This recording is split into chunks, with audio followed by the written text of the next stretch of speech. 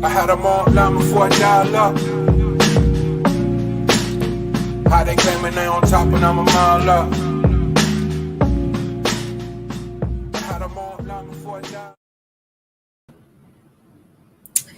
Hey everybody, it's Jackie Luqman. Welcome to the second episode and I think the last episode in this particular conversation, Lessons from the Life of a Black Man, Part 2. This is the other part of the conversation that I know that Abdus wanted you to know, that he wanted to have. And I know that because he and I had these conversations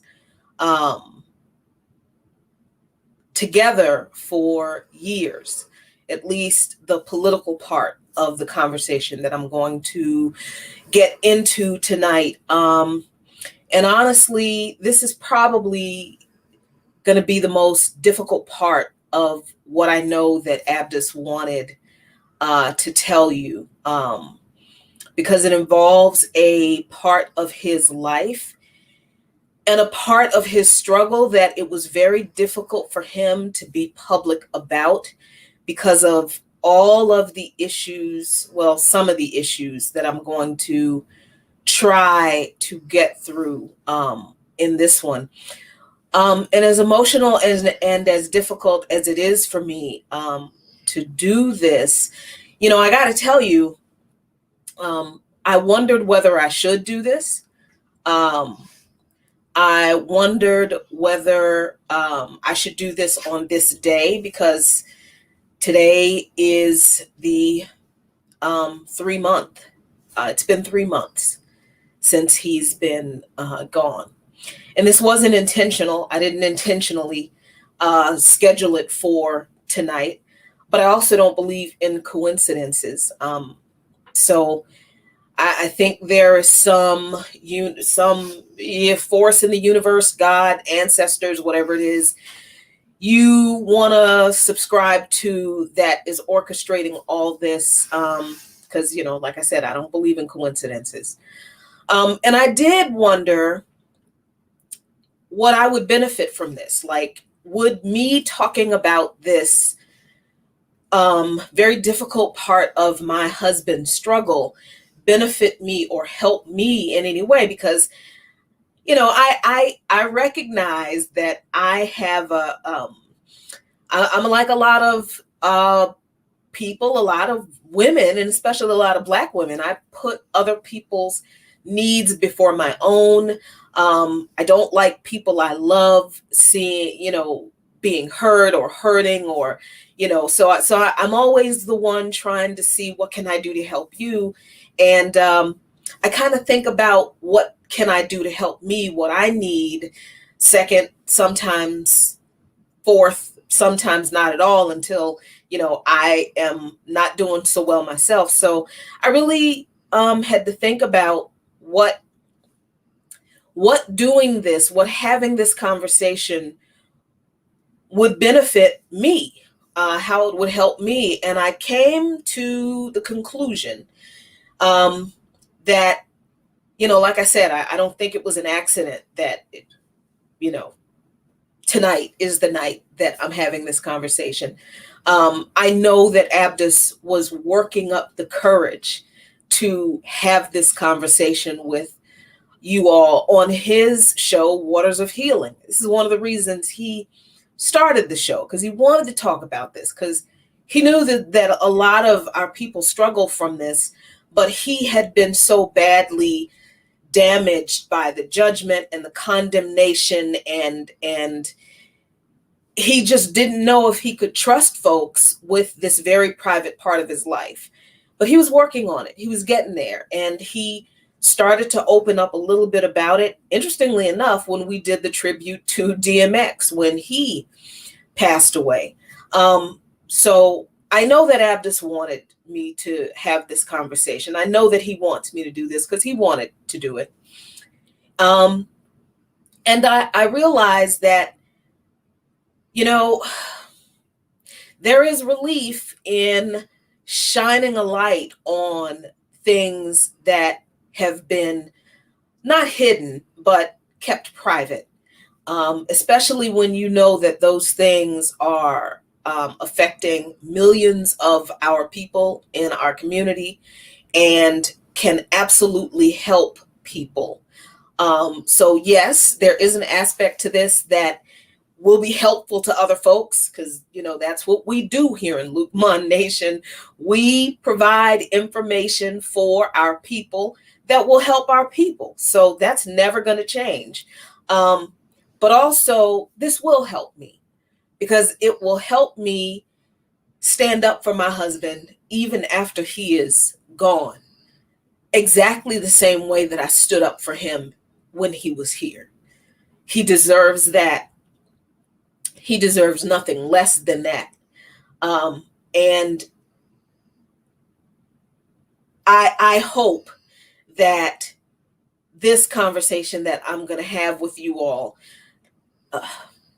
provides him the justice that he has always deserved, and that it also helps you all. So look, let me just dive into this before I get off the rails, because I got a whole script and this is going to be difficult. It's probably the most difficult part of what I'm ever going to do and what we've ever done here in Luqman Nation. So I'm just going to dive right in.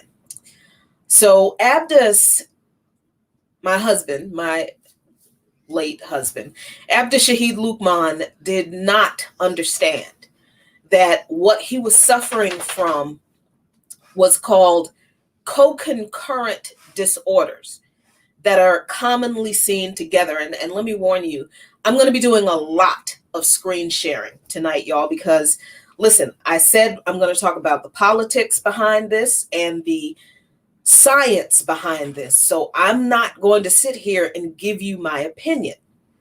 I am going to give you data. I'm going to give you information. I'm going to give you links, and I'm going to provide all of the links that I share with you in the description of this video after I edit it, after we're done. And I got a lot to go through, so let me stop, But okay, so Abdus was suffering from something that's called co-concurrent disorders. And that is a clinical medical term for what people used to call dual diagnosis. But now it's called something else. But basically what it is this. Co-concurring disorders refers to having a coexisting mental illness and substance abuse disorder.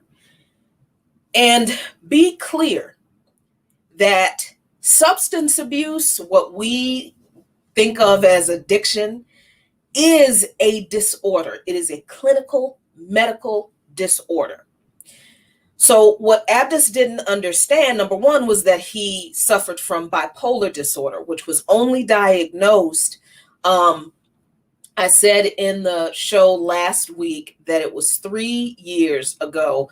But actually, when I checked, it was actually 2 years ago, just 2 years ago, that Abdus Shaheed was finally diagnosed with bipolar disorder and finally received medication for it, just 2 years ago. He also suffered from substance abuse disorder. And that's where the shame and embarrassment and lack of trust comes in, where he wasn't sure if he was able to talk about this. But it is a disorder. Addiction, substance abuse is a clinical disorder. It's not a moral failing. It's not an indication of moral bankruptcy on individuals. It's not a lack of willpower among individuals. It is a medical disorder. And the medical community, the science community around the world recognize this. So a little bit more about co-concurring disorders here on Psychology Today. As you can see, this article comes from.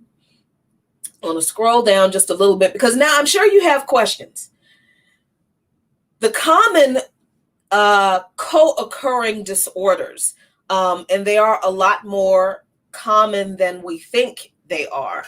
People with mental health disorders are more likely to have a substance abuse disorder than people who do not have either one of those. You understand what I'm saying? So roughly half of the individuals who have either a mental illness or a substance abuse disorder will have the other at some point in their lives. And this is according to the National Institute on Drug Abuse.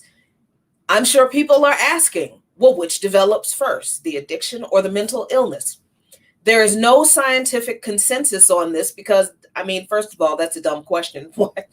I feel like people ask that question because they still want to judge people because they're hoping that, the answer is, well, the addiction comes first and then the mental disorder comes after. So then all people have to do to avoid the mental disorder is to not, become an addict. It's not that simple. There are many pathways to co-occurring disorders. People with mental illness often turn to drugs or alcohol to self-medicate their anxiety, depression, or PTSD, which can then turn into addiction. For others, chronic substance abuse and the problems that follow may lead to depression, anxiety, or other conditions. Both disorders can exist without causing the other due to underlying genetic or environmental factors. So just from this answer to this question, which seems like a really simple question that I'm sure people were asking, and people who watch this show afterward will continue to ask, well, which comes first? You see how the answer to the question is not a simple answer. So that should indicate to people that neither bipolar disorder or any mental illness, any mental disorder that can be a part of the co-concurring disorder, and substance abuse disorder, neither one of them are simple disorders to explain. Scientific and medical communities understand that they have a connection, but they're both very complicated disorders. So there are no simple answers to either one of these disorders. And if either one of these disorders are not treated, then the results are disastrous. If either one of them are not treated separately, someone has bipolar disorder and it's not treated, that's disastrous. If someone has substance abuse disorder and they're not treated, that's disastrous. But imagine if someone has bipolar disorder and substance abuse disorder that are not treated, or one is treated and the other is not treated because it's never been diagnosed. You see where I'm going. All right, so speaking of treatment, because I'm sure that's your next question, integrated treatment for substance abuse and bipolar disorder or co-concurring disorders involves coordinating substance abuse and mental health interventions rather than treating each disorder separately without consideration for the other, which is what happens all the time.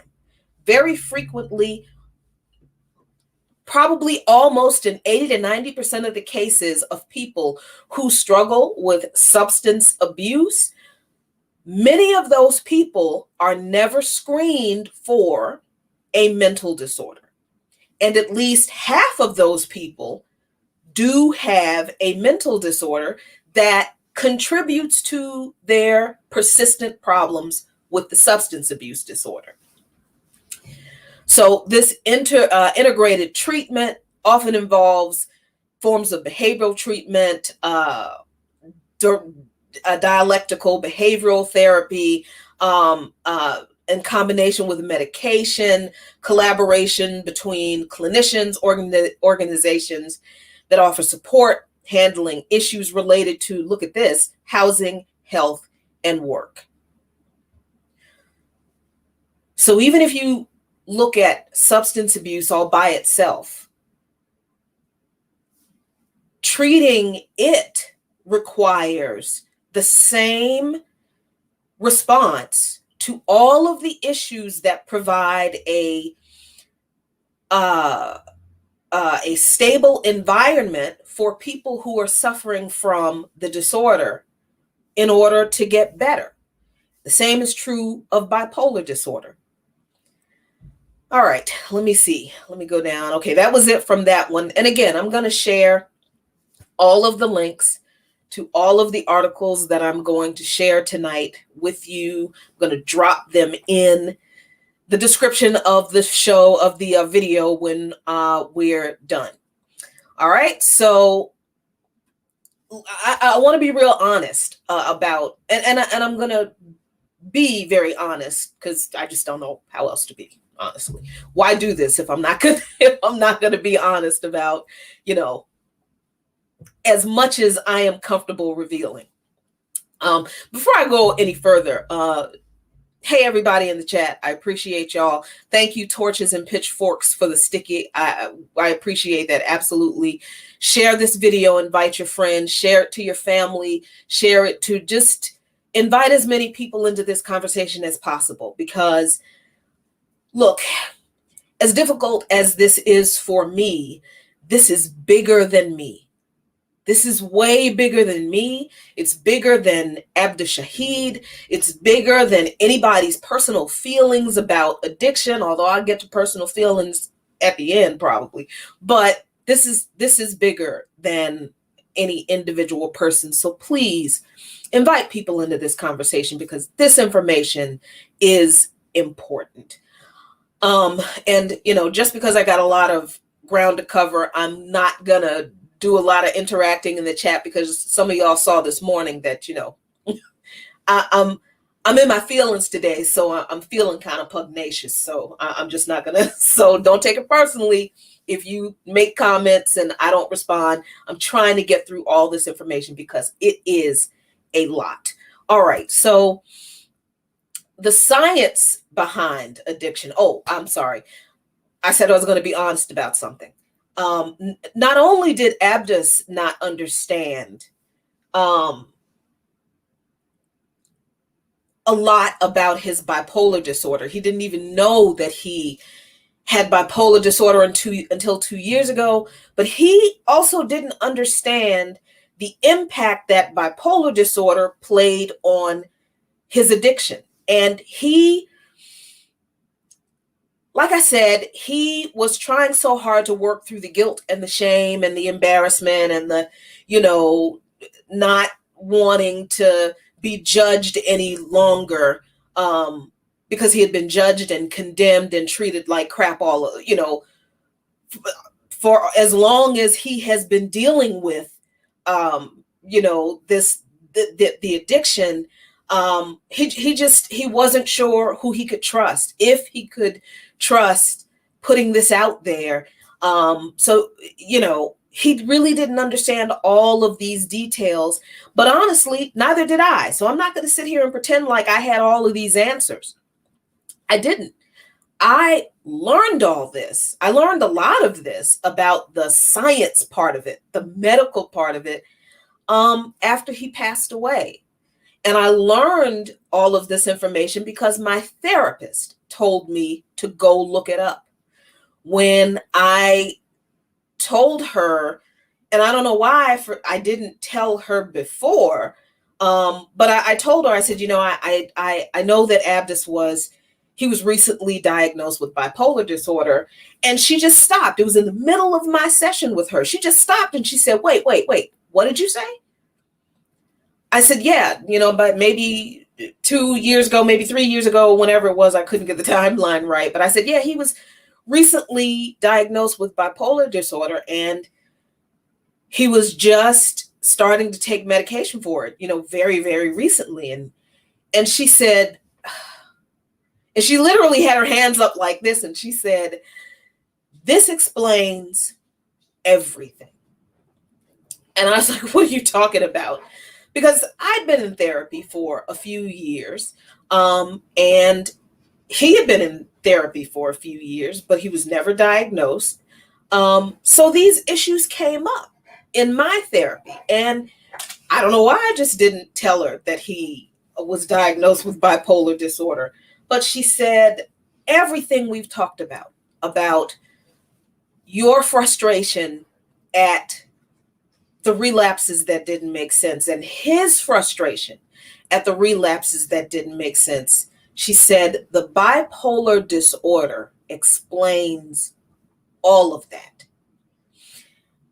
And I said, well, what do you mean? And she said, I'm not going to explain it to you. You are going to look it up. You're going to look up the science and you're going to understand why a disorder that was already so difficult for most people to overcome all by itself was made even more difficult by an undiagnosed mental disorder. So I did.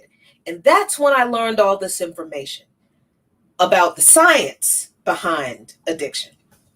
So that's why I really felt like I had to have this conversation, because this is incredibly important, because the medical realities that make addiction and the relapses that come with addiction, an actual mental health disorder, like I said, are not an individual failing. This information is the missing link to how all of us misunderstand addiction entirely.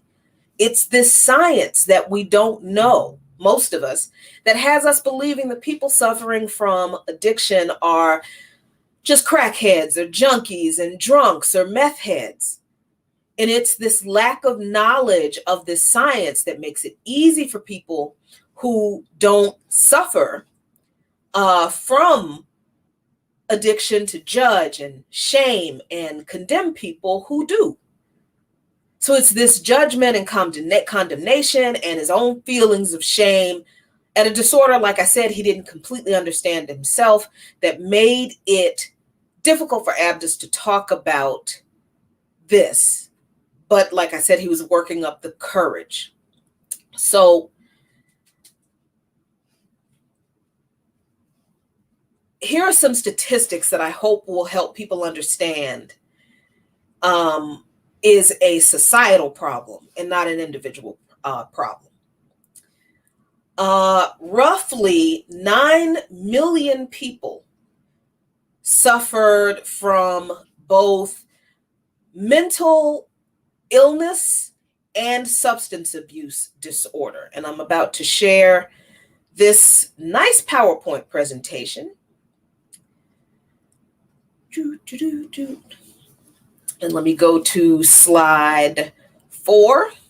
And so 9.5 million people in this country suffered from both mental illness and a substance abuse disorder. And this is according to the 2019 annual report by the Substance Abuse and Mental Health Services Administration. And you can see in the graphic here that 19.3 million people, or 7.7% of the population of this country, suffered from only a substance abuse disorder. 51.5 million people suffered from a mental illness. But between the two of those groups, 9.5 million people suffer with both. All right, so this is very, very important information. So this is not like a problem that is an individualized issue. This is almost 10 million people. And this is 10 million people that honestly, this agency, I think, is underreporting, because they do a survey, right? And I think they check medical records, and you know, like I said, there's a lot of shame and stigma attached to both of these disorders. So, I mean, people aren't really going to be real forthcoming about admitting that they struggle with these disorders because of the shame and the stigma. So I would even take these numbers with a grain of salt, but they are the official numbers. But like I said, I think they're actually underestimating this number. So that is those are the officially statistics. But I want to talk about a little bit about how the scientific community explains the rise in substance abuse disorder. All right, because the National Academies of Science, Engineering, and Medicine released this report that I am about to share with you.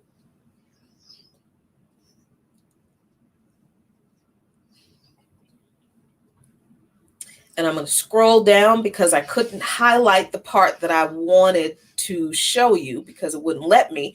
But the National Academies of Science, Engineering, and Medicine, they are kind of a big deal in the science community in this country, released this report in March of this year that shows that drugs and alcohol are major contributors to the rise in working age mortality. From 1990 to 2017, fatal drug overdoses in working age Americans increased in every state. But increases were especially large in Appalachia, New England, and the industrial Midwest. And the committee described the overdose epidemic as, quote, a perfect storm created by a market flooded with highly addictive and deadly prescription and illicit drugs and mounting demand for substances to bring relief from physical, mental, and psychological pain. And the report also explores the rise in suicides, which was most dramatic for white men. And the increase in deaths, which began in the 1990s, occurred against the backdrop of major changes in American life, including disruptions in the U.S. economy that devastated families and communities, especially in areas like the Rust Belt and Appalachia, where working age death rates increased the most. And I hope you can read all that on the screen there because that's what it says. Now, it's funny that the National Academies called the opioid epidemic and the rise in suicides among white men a result of the perfect storm, because I am sure you have heard me and Abdus call the crack epidemic the perfect storm on many occasions. Why did we say that? What was the perfect storm for our communities that created the crack epidemic that so many of our people suffer from? Before I share this other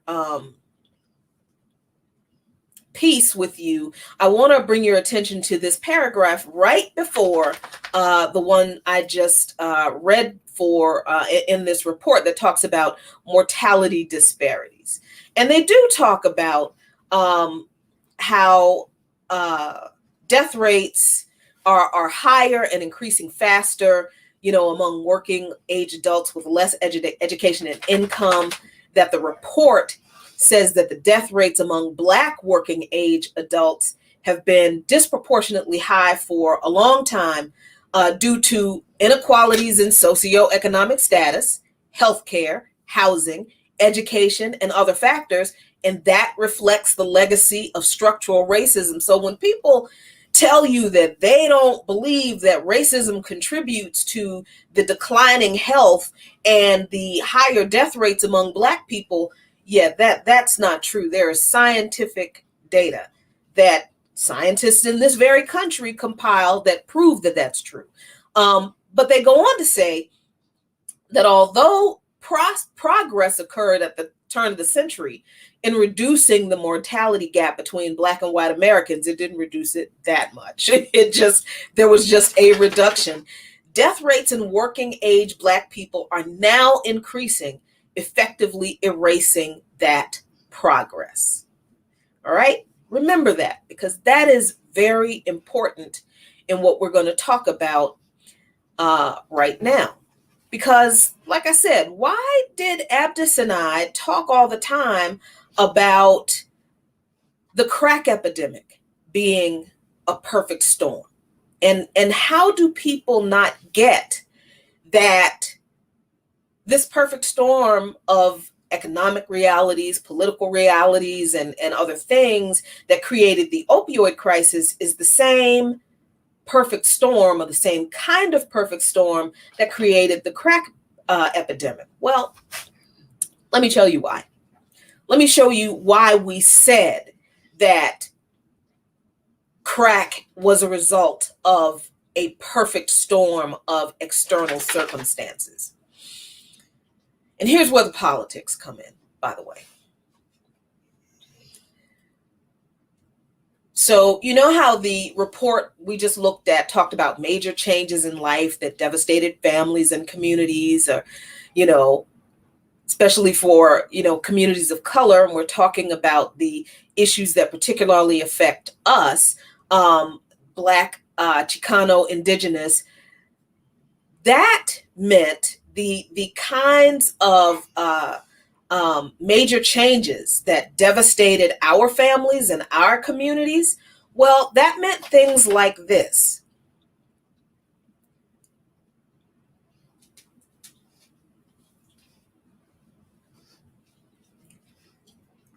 And Abdus and I talked about this frequently. CETA jobs, summer jobs program.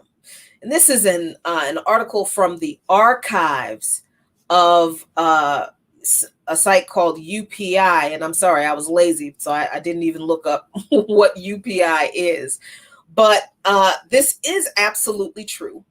This is an archive from 1981, an article from 1981.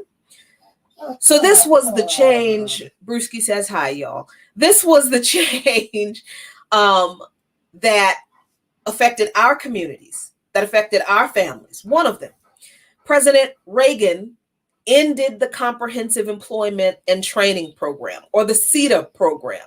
Abdus and I talked about this all of the time.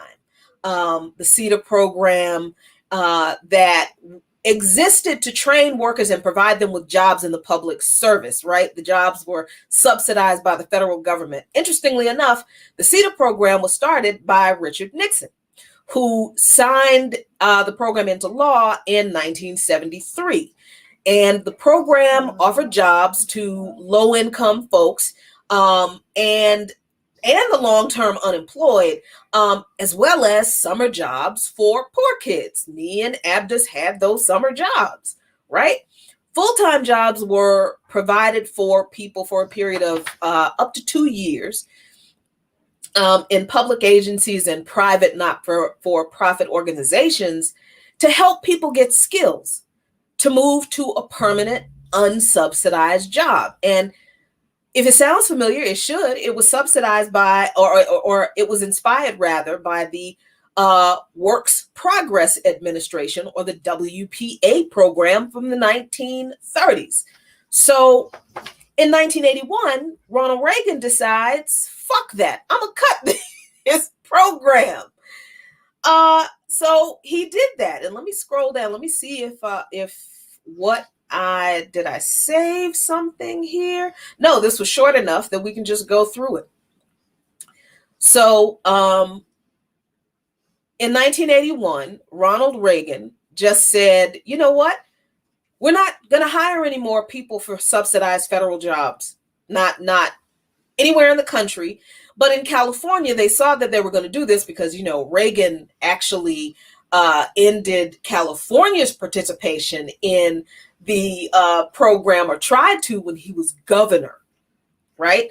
So California kind of tried to do a last-ditch move to get a few more people into the program before Reagan, at this point president, was able to end the federal program.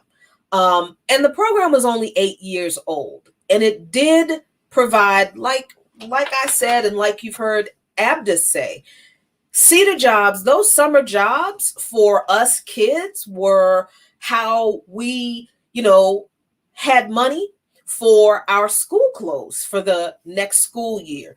We helped our parents pay some of their bills. We also had a little pocket money, walking around money. And I mean, we were working during the summer. So we were occupied, we were busy. And yeah, some of the jobs were, a little fluff jobs. Heck, I was in a theater program one summer, but I had to go to work. I had to clock in. So listen. So this is one of the things that was a part of the perfect storm that negatively impacted our families and our communities. All right.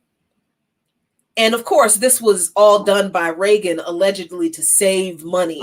You can see here now that Reagan said that this ended the program would save like $800 million. And it's crazy when you look at the numbers, because I didn't even realize this, but there were 302,000 people that were employed in the CETA program. 302,000 people. And that cheap, hateful, racist bastard wouldn't even let those people have jobs. Okay, so you get what I'm saying. All right. So the CETA program being cut had impacts that rippled across our community. It wasn't just summer jobs for kids that were gone. It was also any hope that hundreds of thousands of poor people and chronically unemployed people had that was taken away, that they would ever get any kind of job skills to transition to a decent job. But there is this great article from the New York Times archives. I told you, a lot of screen shares, a lot of information that goes into detail about the dissolution of CETA by conservatives and how the argument about fraud and waste from them was used back then. But see, it was state governments that were using federal money to pay existing state employees rather than training and hiring new people. So all of this fraud and waste that the government is always talking about, not the government, that conservatives are always throwing around, they're really talking about the states not spending federal money the way the states agree to spend federal money when they take it. So all this bullshit about states' rights and, let the states spend the money how they want, they know damn well. Just like Reagan and his cronies knew damn well that states were not hiring poor people. They were not training poor people for new jobs. They were taking that federal money that was supposed to go to training poor people and giving them skills to get a permanent job. And they were balancing their budgets with that money. They were paying their existing employees, and they were leaving poor people in the lurch. That's why CETA had such a low number of participants, because the states were stealing the money and ripping off poor people. But what did Reagan do? He blamed poor people. All right. So that's this article is really great. Let me go down and see. Did I highlight anything in here that we should talk about, or am I just going to give you the link? I'm just going to give you the link in the description and you can read it for yourself. But it's good to see these old articles because you have to understand how we got here.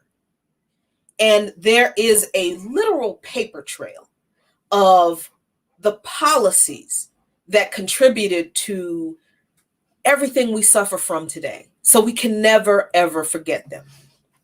All right, so I'm going to drop that in the links in the description for you too. So the elimination of the CETA program was one part of the perfect storm that contributed to the crack epidemic. Deinstitutionalization was another part of this perfect storm. Deinstitutionalization, Abdus and I talked about this all the time too, if you were paying any attention. Deinstitutionalization, excuse me, is, you probably cannot see that very well. There you go. Deinstitutionalization is the policy of moving severely mentally ill people out of large federally funded state institutions and then closing that part or all of the federal institution and supposedly giving those people what do they call it, like community-based support, right? That was the idea. I just wanted to share that description, that definition with you, because I wasn't going to remember all that. Of course, that was the idea, but that is not how deinstitutionalization actually went. This is an amazing timeline of the impact of deinstitutionalization from Mother Jones. Abdus and I talked about what happened in our communities. He lived in Camden, New Jersey. I lived here in Southeast DC. What happened in our communities when all of a sudden, there were homeless people in our communities. And you could tell that a lot of those people had mental issues.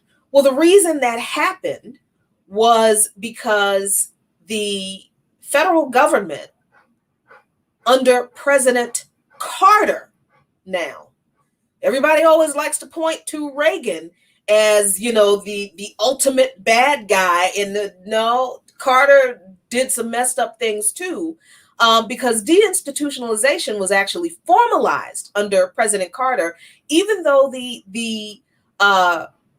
idea began in 1955. And like I said, this timeline in Mother Jones is great. Let's get down here to 1955. There's some really interesting and messed up stuff in here about the history of state mental institutions. Really disturbing. But in 1955, the number of mentally ill people in public psychiatric hospital was around 560,000. All right. That's more than 500,000 people. So you go down here to around 1963, and President Kennedy signs the Community Mental Health Act to provide federal funding for the construction of community-based preventative care and treatment facilities. But between the Vietnam War and the economic crisis, guess what didn't get funded? Community-based mental health. So it was never done. So we go down to 1977. This is when Jimmy Carter was in office. At this point, my scrolly thing is, there we go. At this point in 1977, there are 650 community health facilities serving 1.9 million mentally ill patients a year. Now remember, in 1955, there was a little over 500,000 mentally ill patients in federal mental health institutions. By 1977, that number has more than doubled. And there clearly were not enough community health facilities to help all of those people. So Jimmy Carter in 1980 signed the Mental Health Systems Act, which was supposed to restructure the community mental health center program and improve services for people with chronic mental illnesses. That was the idea. But see, Carter did this in 1980. He didn't win re-election. Reagan won re-election, and under Reagan, he signed the Omnibus Budget Reconciliation Act, which repealed Carter's community health legislation and established block grants for states, which ended the federal government's role in providing services to the mentally ill. What happened? Federal mental health spending decreased by 30%. All right? So let me go back up here. Do you see the difference in dates here? This is 3 years, 3 very pivotal, important years.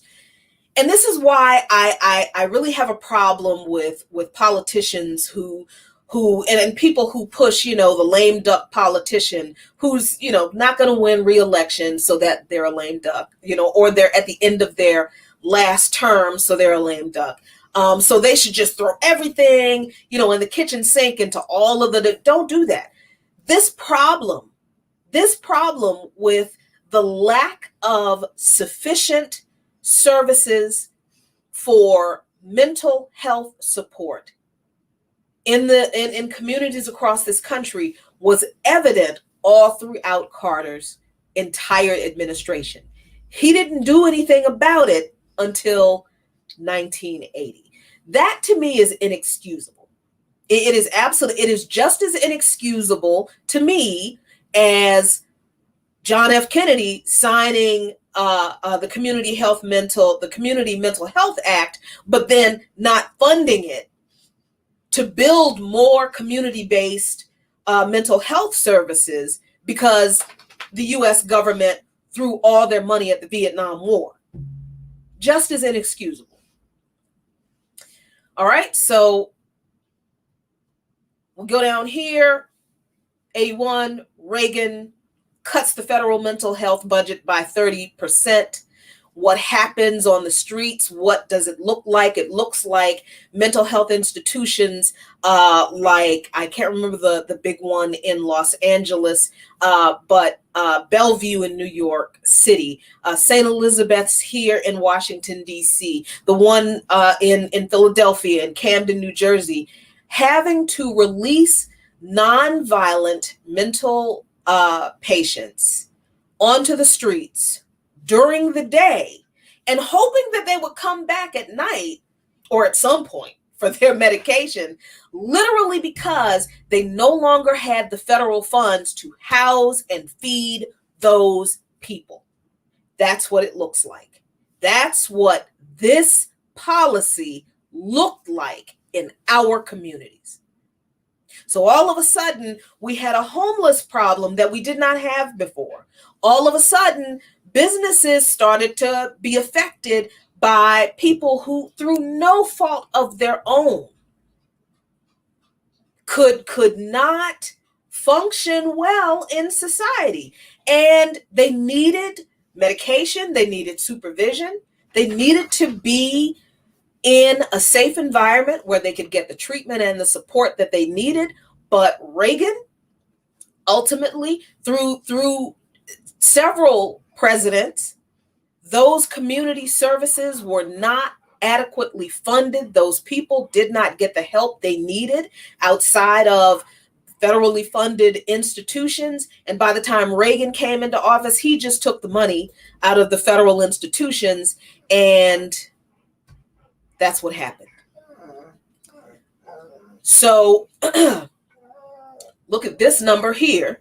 Federal mental health spending decreased by 30%.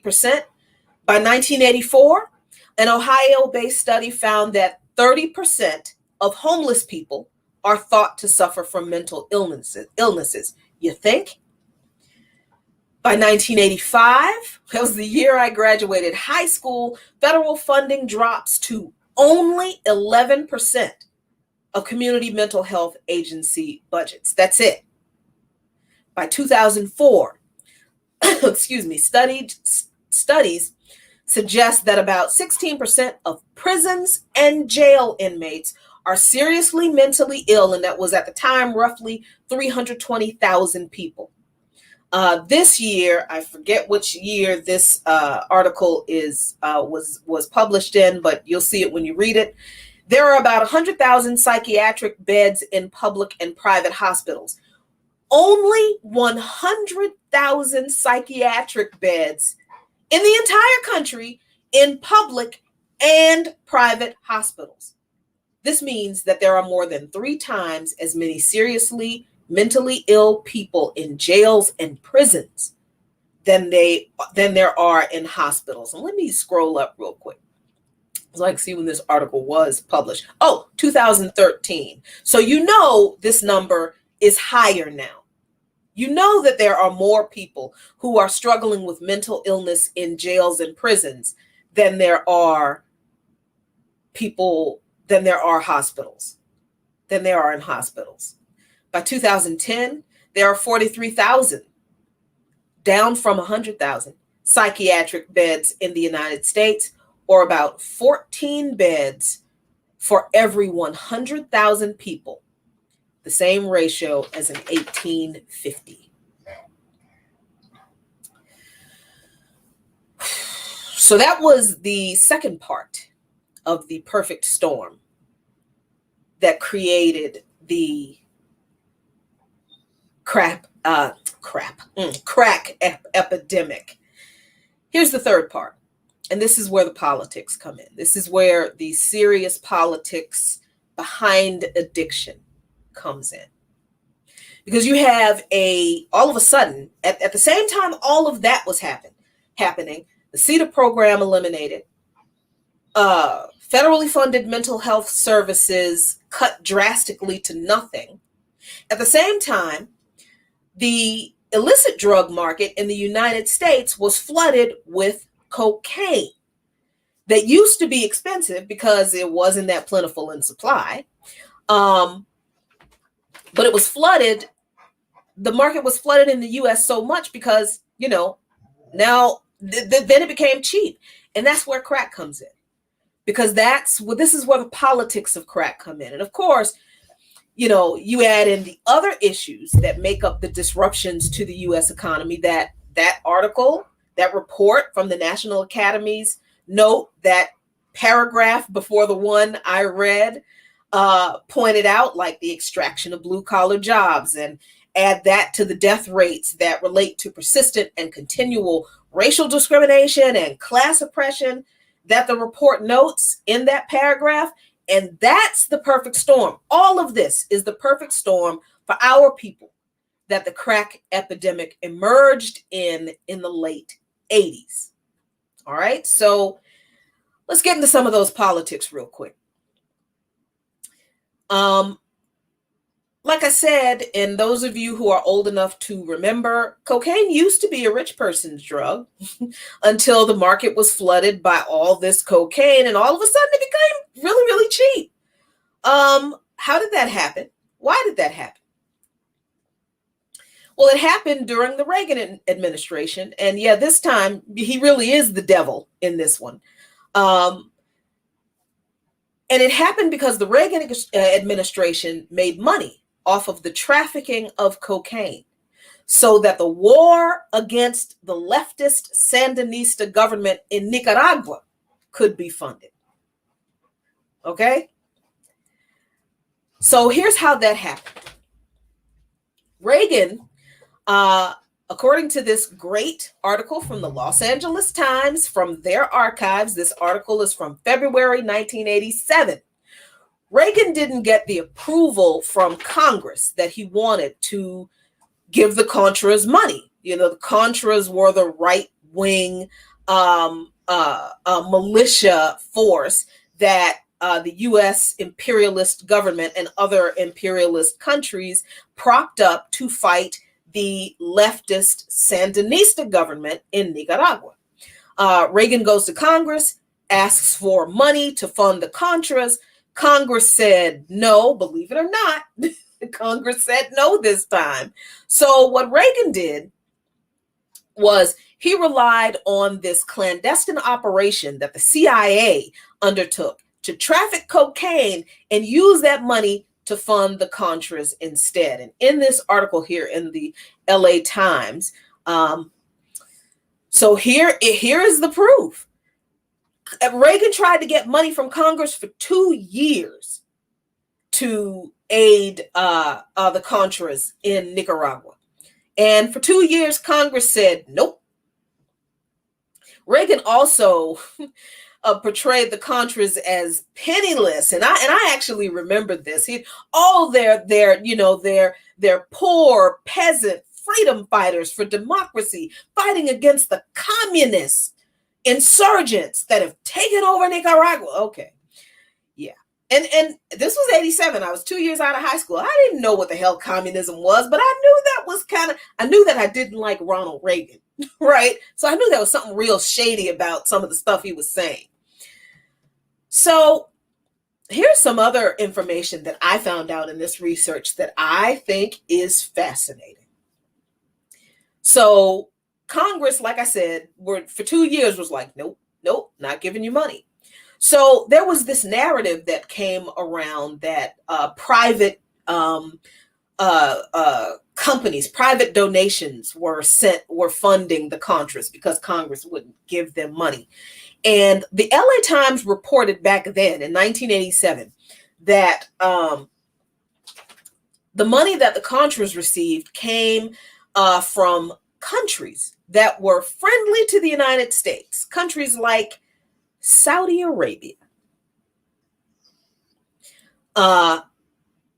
Israel, South Korea, Taiwan, El Salvador, Honduras, Guatemala. And why are these 3 countries important? Because they had already been the victims of U.S. imperialist intervention. They had leaders in their countries that were leaders or large factions in their countries that were friendly to the United States. So this was a secret aid program. All right. And the Reagan and the conservatives spun this narrative that the resistance, the plucky peasant resistance that is the Contras, has been kept alive because of private help. And who said this? Elliot Abrams. He said, some very, very brave people have been willing to actually bring this material, arms, weapons, as well as money into Nicaragua. God bless them because they were fighting for freedom in Central America. Abrams and other officials did mention at the time that the aid they described as private had come from foreign governments friendly to the United States and delivered with the help from the CIA and the staff of the NSC, the National Security Council. Now, it's interesting that this is a pretty major publication that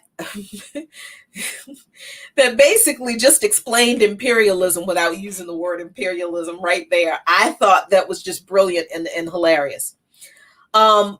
Here's another name that you will recognize. The official in charge of the secret program at the NSC was Oliver North, the same NSC aide who managed the arms sales to Iran. And according to testimony from administration officials, helped divert profits from that deal into supplies for the Contras. So you've got this government right now that is doing everything it can, aside from actually bombing Iran, to demonize Iran. When back in the 80s, they sold weapons to Iran so that they could make money to give to y'all. Whew.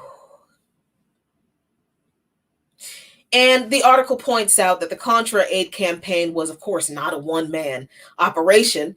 Evidence gathered by the Senate Intelligence Committee, along with the accounts of administration officials, indicates that Reagan was well aware of the effort, as were his national security advisors, McFarlane and John Poindexter, and the director of the CIA, William J.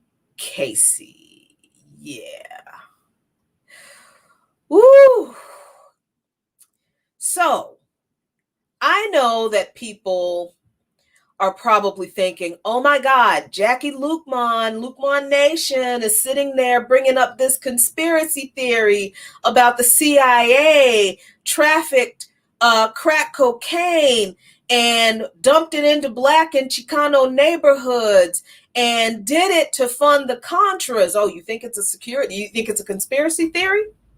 Tell that to the George Washington University that has this entire archive, the National Security Archive, about the Contras, cocaine, and covert operations.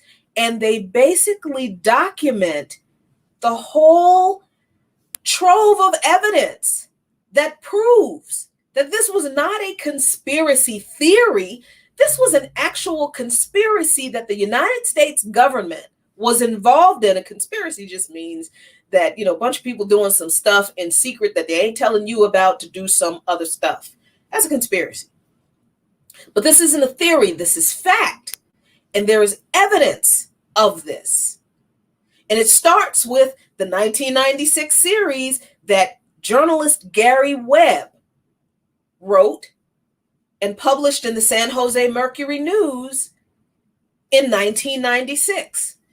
I urge you to check out a movie called Kill the Messenger if it's still on Netflix. That is the story of Gary Webb. If you watch the, I think it's FX series Snowfall, there is a Gary Webb character in that series. But this archive has not only, this information, but it's also got court testimony,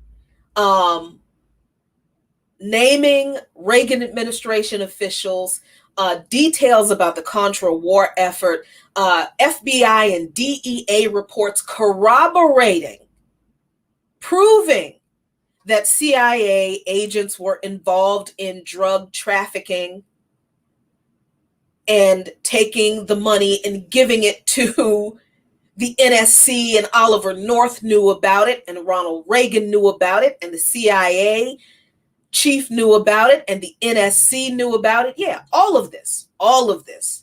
As you can see, I went down the rabbit hole in here, and this is one of those rabbit holes that you need to go down. So I read most of these documents. You should read them too. That's why I'm going to share them with you also in the description. So this is how cocaine went from being a rich white person's drug, mostly, because it wasn't in massive supply, to being so plentiful in the US that it was being cooked up with baking soda or worse, ammonia, and sold in rock form in our neighborhoods, strangely enough, only in our neighborhoods now, or primarily in our neighborhoods, meaning Black, Chicano, indigenous neighborhoods, for like $5 to maybe $20 a hit. That's in a nutshell where crack came from. And it's never left our streets. So now let's talk about the science of addiction. That was the politics of addiction. And that's a whole lot. But now I want to talk about the science of addiction. Because we need to know this science and understand it, because we are miseducated about addiction and people who suffer with substance abuse disorder, especially people who suffer from heroin and crack addiction. Because of the politics behind the crack epidemic and who it affected the most, our government literally sacrificed our communities to destroy a people's movement in another country. They literally did that. And they convinced us that the people who suffered from their actions are the bad guys in our communities, that they are the problems, that they deserve to be shamed and shunned and gotten rid of. And okay, so let's deal with the science of addiction so we can disabuse ourselves of that miseducation that we have been fed. So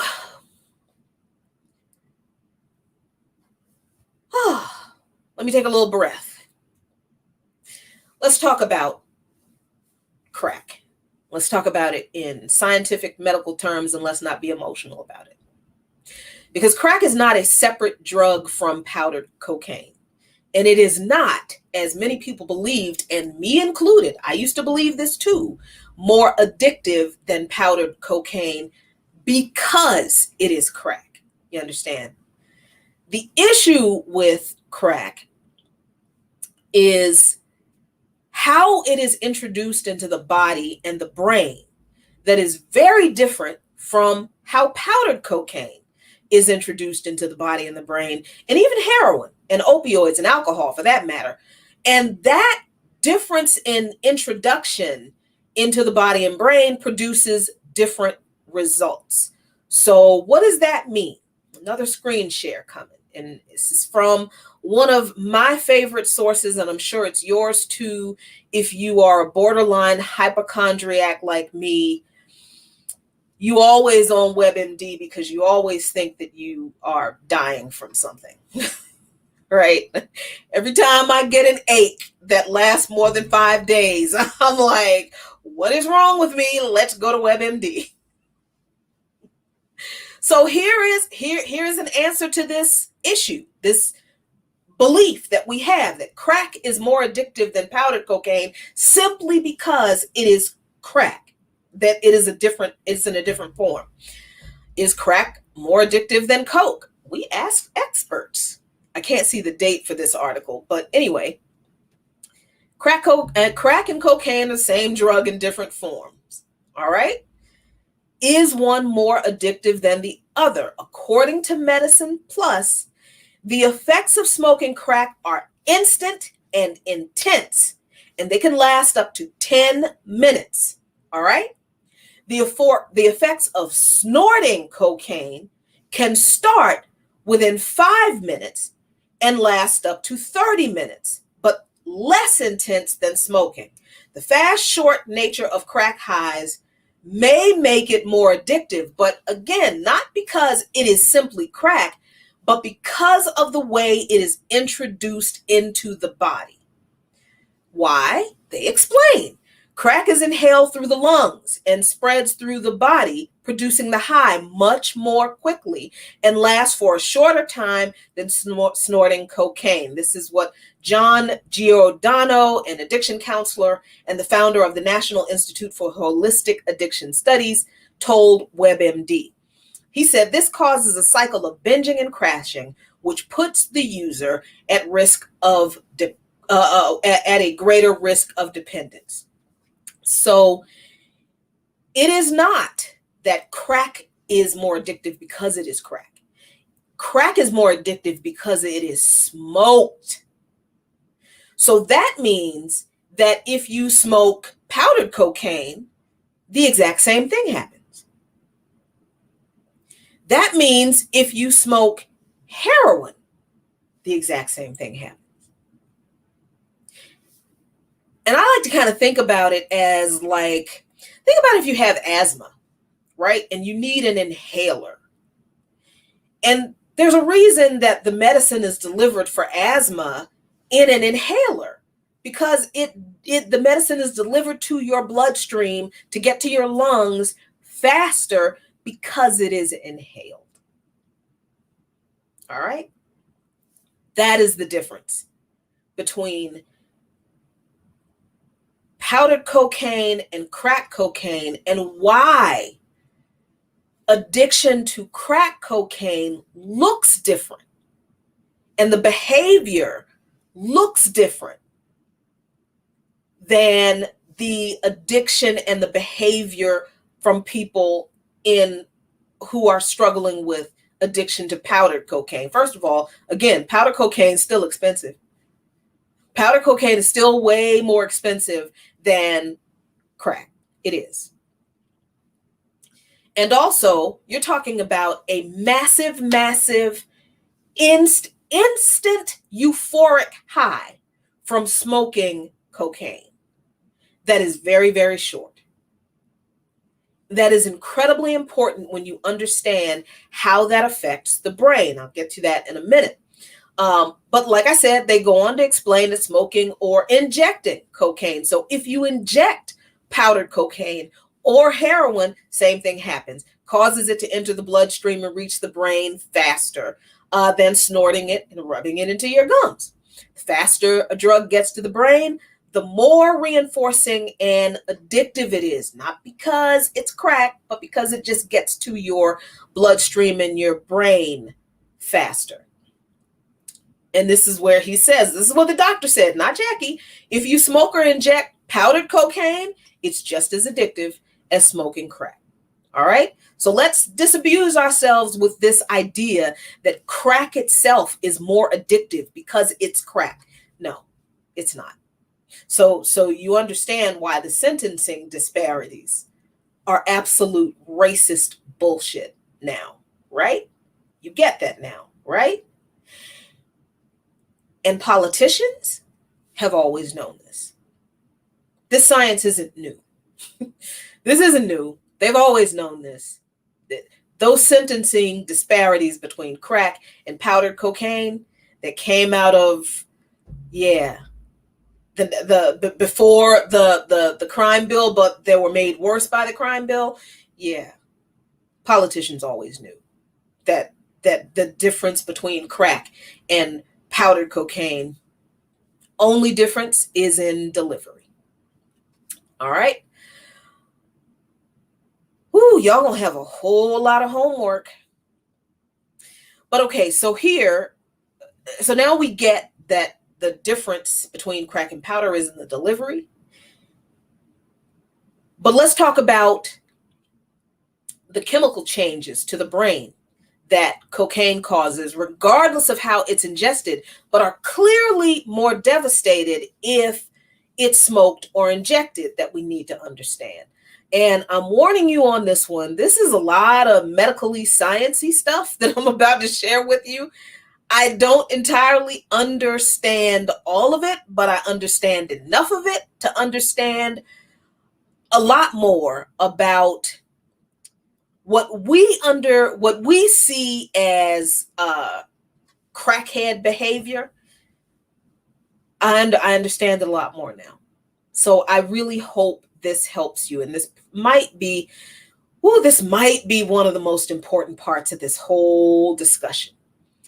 And I hope I'm doing okay on time. I hope that y'all are hanging in with me. I'm trying to get through all of this information as quickly but as thoroughly as possible, because I don't want people to leave this discussion with any kind of questions about where we should stand on this issue in our communities. Okay, so yes, I do sometimes read scientific journals. This is from the U.S. National Library of Medicine, National Institutes of Health. This is dated 2005. And this is called The Neurobiology of Cocaine Addiction. Scroll down, I highlighted a lot in here, but this right here blew my mind.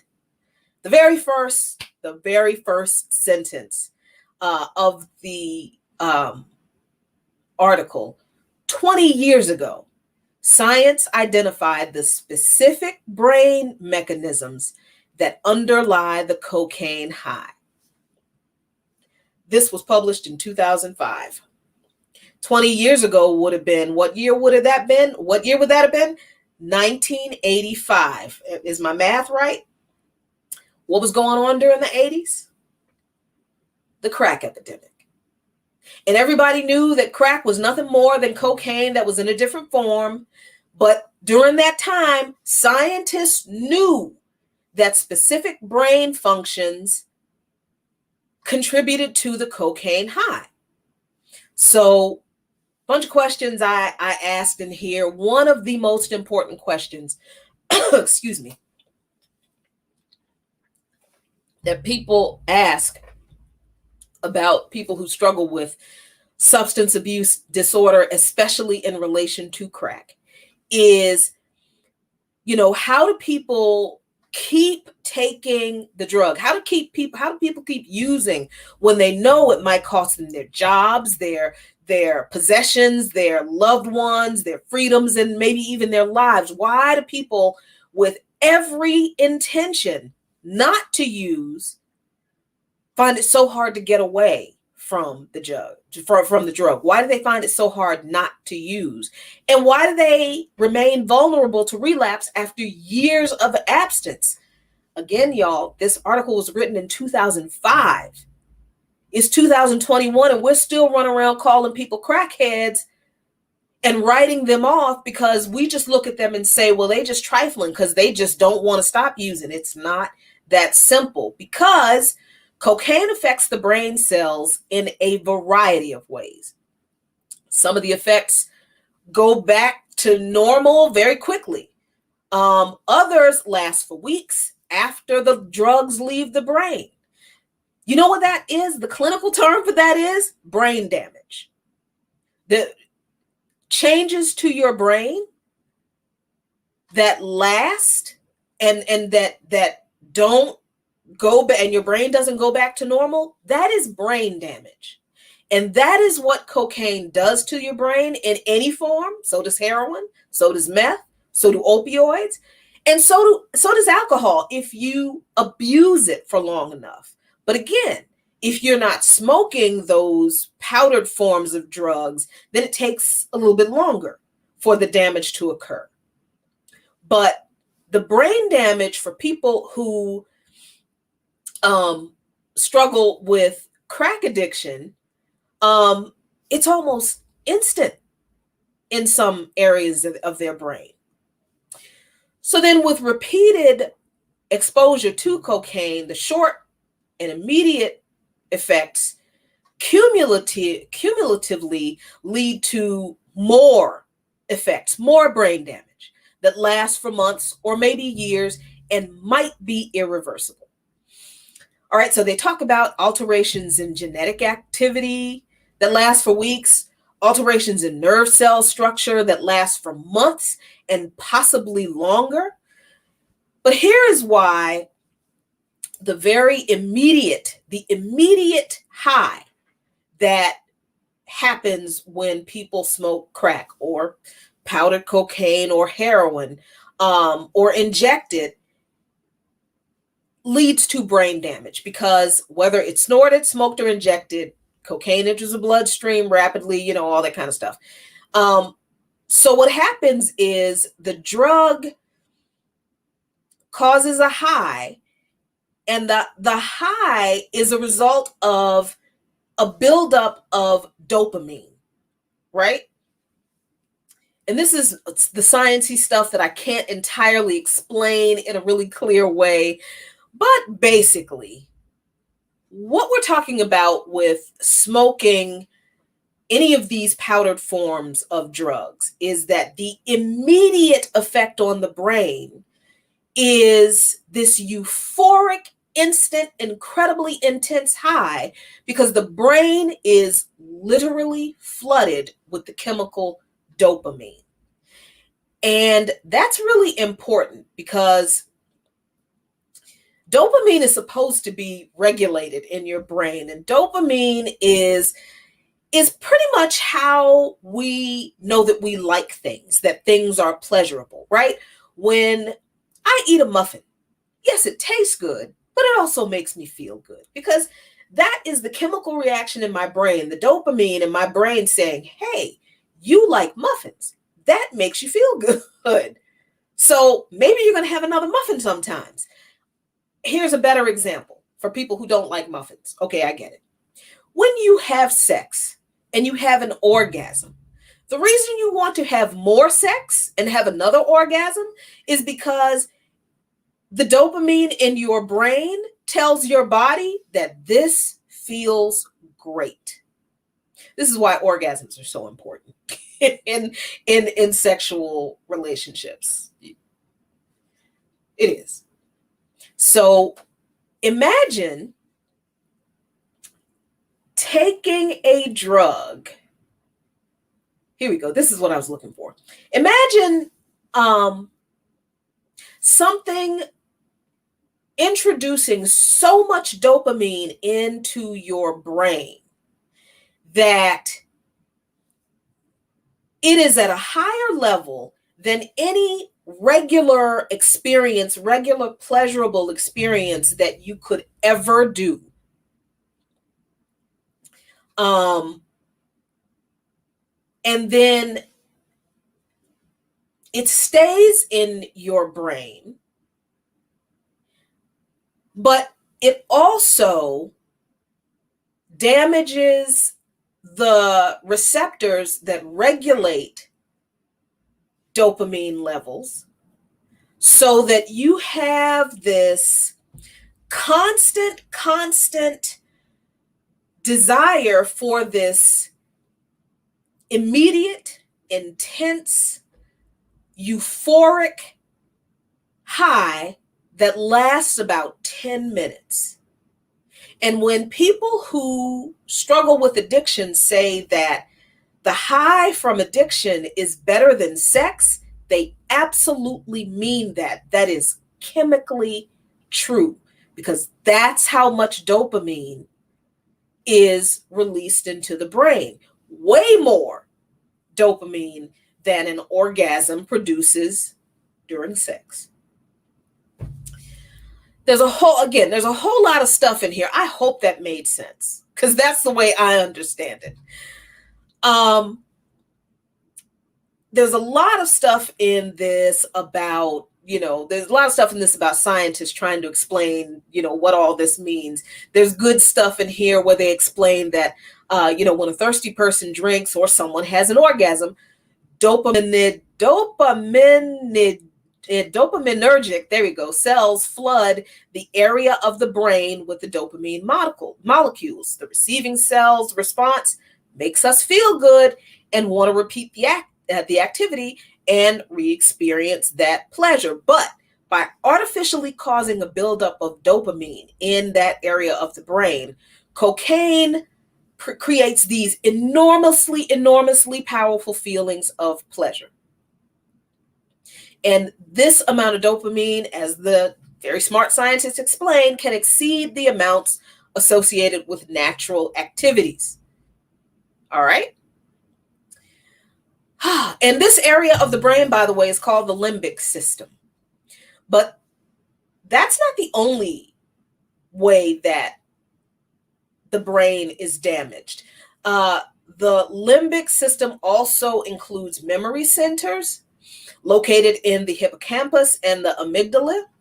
So these areas in our brain in the limbic system help us remember what we did that lead to things that we like. This is why, every once in a while, I like to have a muffin, because I remember the last time I enjoyed that muffin, right? Scientists believe that repeated cocaine exposure with its associated dopamine jolts alters the cells in the brain in ways that eventually convert conscious memory and desire into a near compulsion to respond to cues by seeking and taking the drug.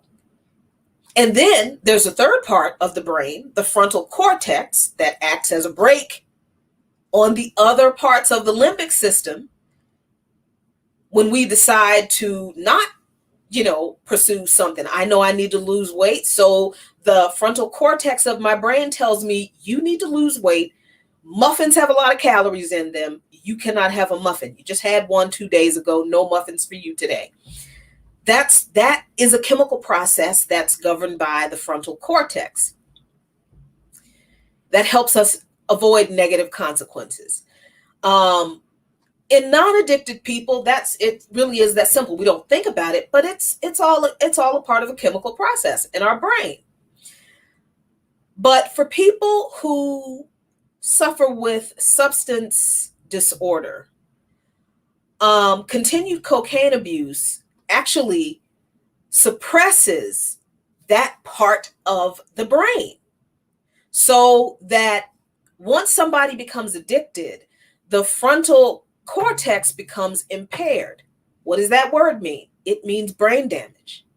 And those decisions that those chemical processes make that help us avoid negative consequences, they're not made, because those neural pathways are damaged. Now, there's another part in here about genes and the effect of cocaine on the expression of genes. I love that they say that the idea that our genes never change, that's not true. There's, oh God, this is a really a really important piece that I swear I cannot really explain this. But they explain the molecular chemical transition between drug abuse, like using a drug too much just because you like it, and addiction. And they make a distinction because apparently there is a chemical distinction and there is a switch that makes that transition in the brain. And it's fascinating. I did not know that. There's a nice little graphic here. I don't know what any of it means, but it's very scientific, and it is clinical scientific evidence that addiction is not just people out here being shitty, not caring about other people. It is literally people acting in ways that result from literal brain damage that they did not know would happen to them. That is a key part of this. Nobody who's out here struggling with addiction, losing everything, losing their family, losing their home, losing their job. None of those people are out there struggling with selling their body to get money for the next hit, stealing to get money for the next hit, lying to family and friends, causing all of this pain. None of those people are out there because they want to be. Now, I'm not going to sit here. This is a very long article, and it's very great. And I hope it provides some use to you, for those of you who are geeky with the medical stuff like me and just, love to read sciencey stuff that you don't understand and help you feel smart, But people who struggle with substance abuse disorder are not making the decisions to use because they actually like using.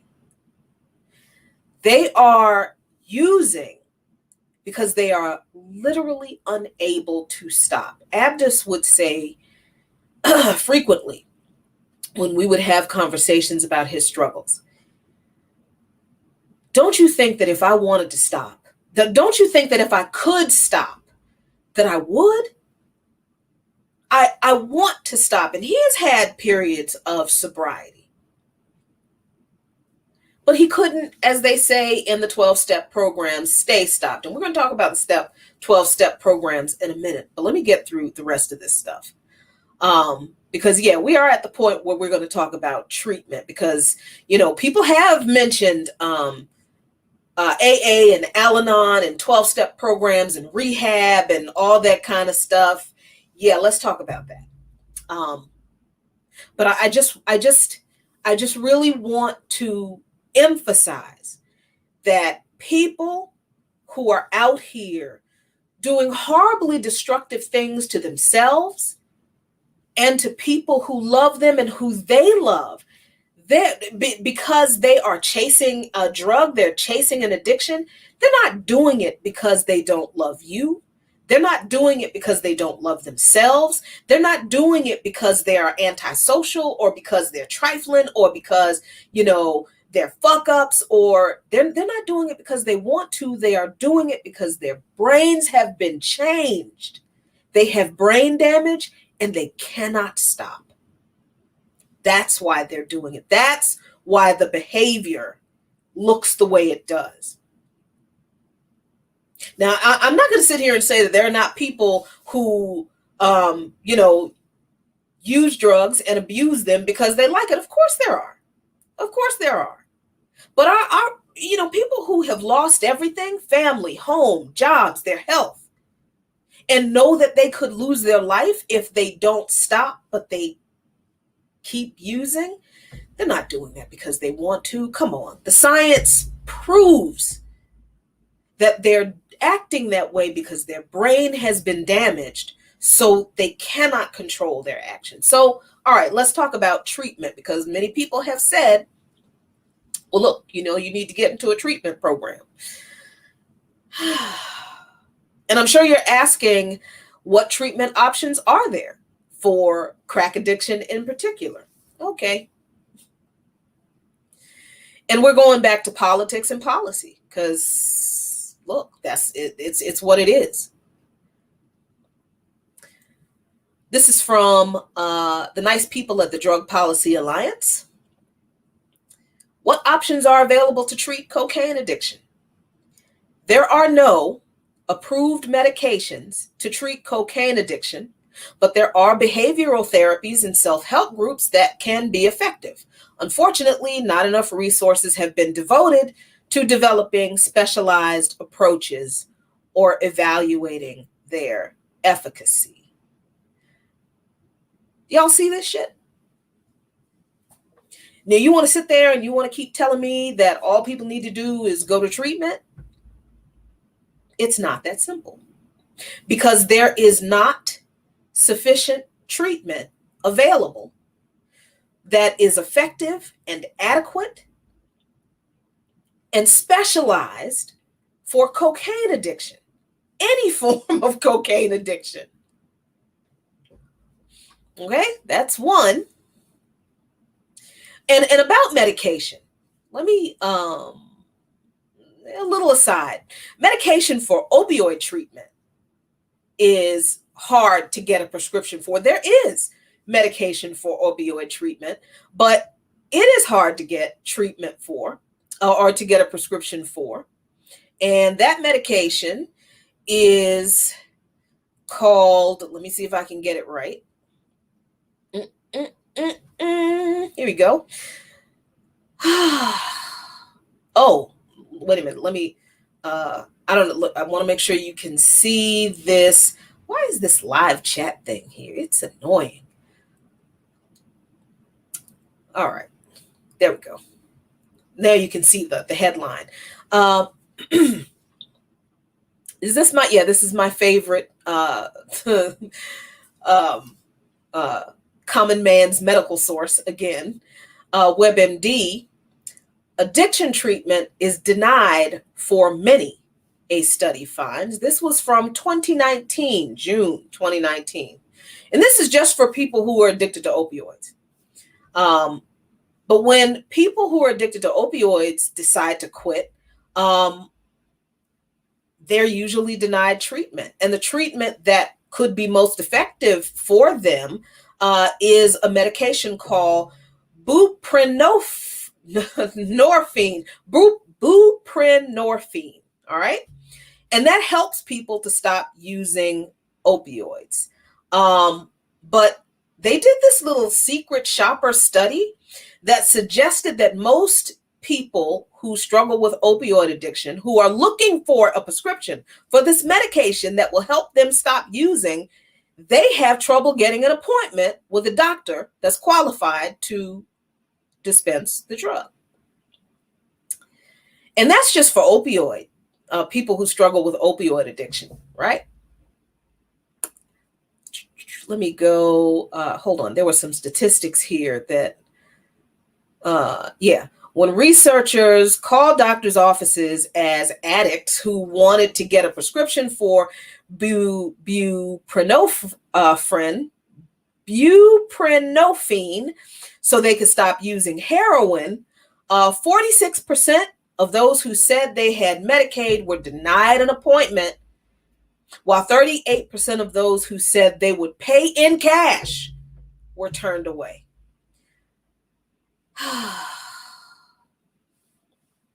And that's for people who are struggling with opioid addiction.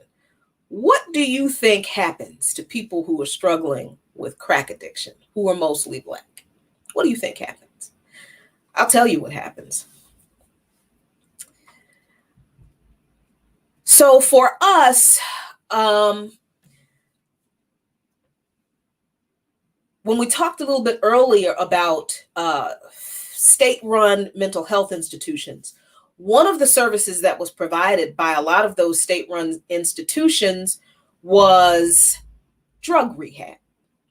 So I know a lot of people who are older than me who were able to kick heroin and other drugs, alcohol, by checking themselves into St. Elizabeth's and going to the drug treatment program. Now, I mean, okay, the treatments weren't great, right? They would not be used today. They wouldn't use Thorazine today. They wouldn't, lock people who are suffering from substance abuse disorder in a padded cell in a straitjacket.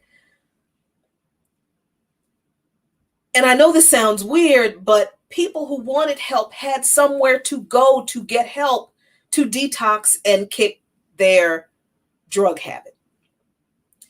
But remember what we said happened to the funding for federally funded mental health institutions. It is practically non-existent.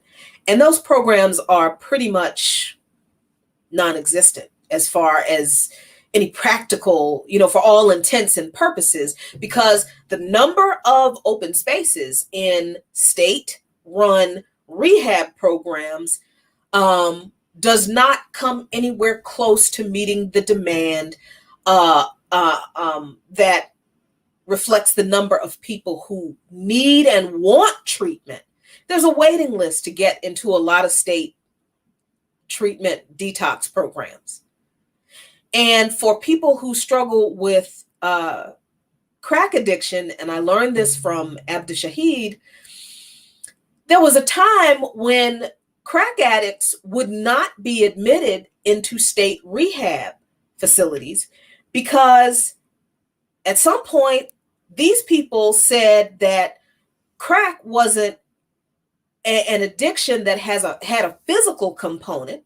So you had a bunch of people who were struggling with crack addiction who wanted to get clean, but who had to go out and get falling down drunk, or who had to snort cocaine or shoot up heroin. Actually, no, not snort cocaine, because it was, they said that cocaine in itself was not didn't have a physical aspect to the addiction. So they would have to get drunk. I mean, falling down drunk, or they would have to shoot up heroin in order for people who were addicted to crack to get admitted into some state rehab facilities. Who do you think most of those people were? Most of those people were our people. So, okay.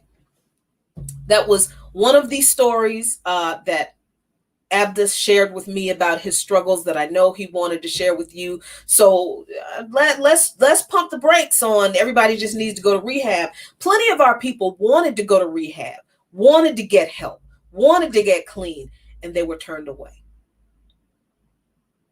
All right.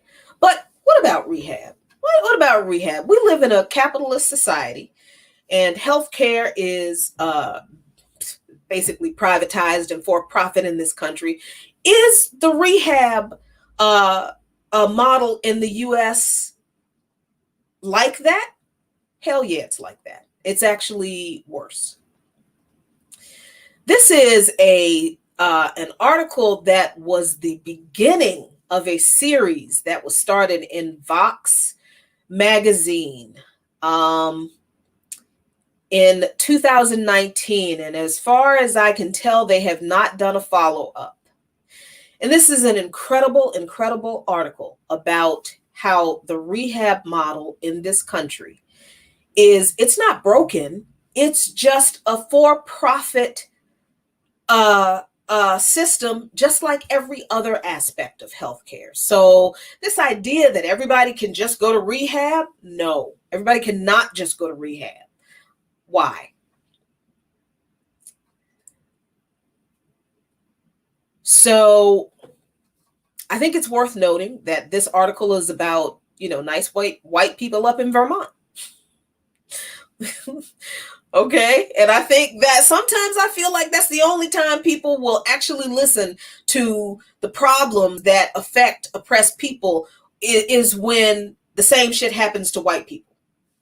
Okay. But anyway, I didn't write the article. The nice people at Vox did. highlighted some stuff.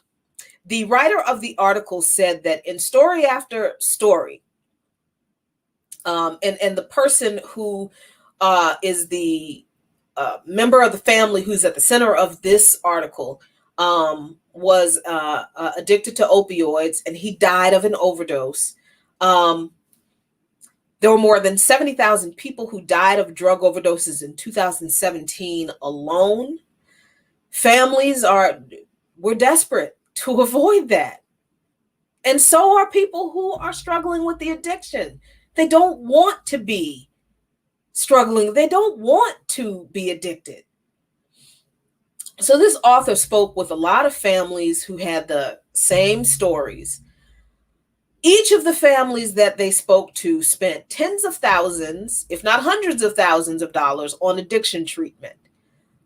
Each of the families this author spoke to spent tens, if not hundreds of thousands of dollars on addiction treatment. Y'all, we sitting here, a bunch of oppressed people who don't have that kind of money. We don't have that kind of money for quote unquote luxuries. A lot of us are struggling to pay our rent, our bills, our mortgage. We don't have any extra to go to rehab for people that we love and that we want to help. So in story after story, the same experience was repeated over and over. Patients and families getting stuck in the American rehab industry that is unregulated, ineffective, and expensive. I'm going to scroll on down. Here's the thing about rehab, and particularly 12-step programs, that I want people to understand. I have nothing against 12-step programs. Alcoholics Anonymous, for alcohol addiction. And the rate of effectiveness for Alcohol Anonymous is better for people who struggle with alcohol addiction because of the way alcohol is delivered into the body and affects the brain, right? The reason 12-step programs are not as effective for narcotics is because of the brain damage that narcotics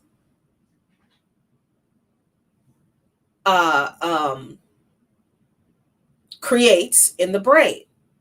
There is nothing in the 12-step program that addresses the chemical changes in the brain.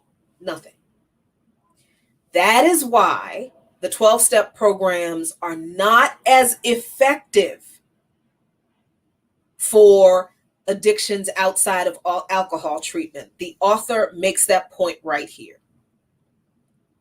And unfortunately, the American rehab model is dominated by the 12-step approach. All right.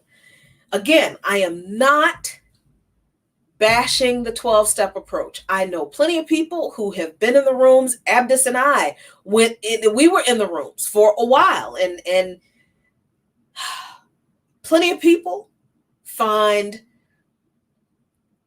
comfort, support, and help, and some do find success and sobriety in the rooms, and that's fabulous. But most of those people are struggling with alcohol addiction, and most people who struggle with narcotics addiction, any addiction outside of alcohol, find less and less efficacy in the 12-step program. Those are just the facts. Again, I'm not bashing the 12-step program, just saying it's not effective for addiction that is not alcohol. And it's not incredibly effective for alcohol addiction. But those are the facts. I don't want to get too much into that. And I think somebody mentioned Al-Anon in the chat. I personally am not crazy about Al-Anon, because I went to plenty of Al-Anon meetings, and what I heard was people just reciting dogma over and over again and Dogma don't help my pain as someone who loves someone who's struggling with this disorder that they don't even understand why they can't overcome. Right? So, okay, that's all I'm gonna say on the 12-step program, because I got to finish this up and I don't want people coming after me. Let's see. This guy, Sean, went to rehab more than a dozen times in facilities that were well-intentioned, but they were overwhelmed and they were ineffective. He didn't get medications for his opioid addiction, and he didn't get treatment or medication for his bipolar disorder that went undiagnosed and untreated until later in his life. Sound familiar?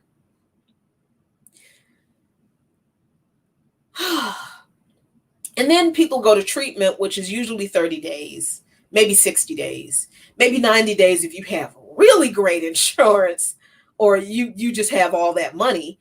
And they don't have the kind of follow-up, intensive follow-up that they really need. Let me scroll down. And this is a quote from this young man, Sean, who died. He wrote this to his mom. He said, "I love being sober. It's life that gets in the way." And here's what I want you to understand about people who are struggling with addiction and bipolar disorder. But let's just deal with the addiction because of the brain damage that occurs, especially in narcotics addiction. People who achieve some time of sobriety, it doesn't matter how short the time is, doesn't matter how long, they really do enjoy being sober. They're glad they're sober. They're thankful that they're sober. Here's the problem. Life is stressful. You and I know life is stressful. Life's stressful for me. Life was stressful for me when I was 15. You remember the story I told you about our experience with Darnell? Because of the politics and the policies that are imposed upon our communities, life is stressful for us. Incredibly stressful.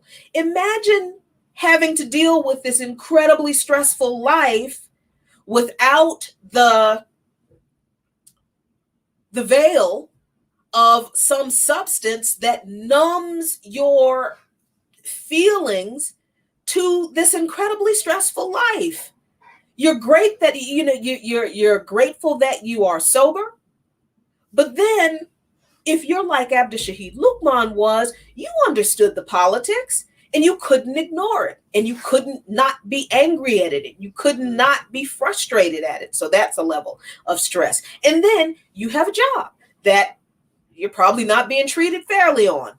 That's a level of stress. Then you got all these other issues, child support enforcement. You got family that treats you like shit. You got this, this self-esteem, self-image problem that was created by people generally not treating you like shit.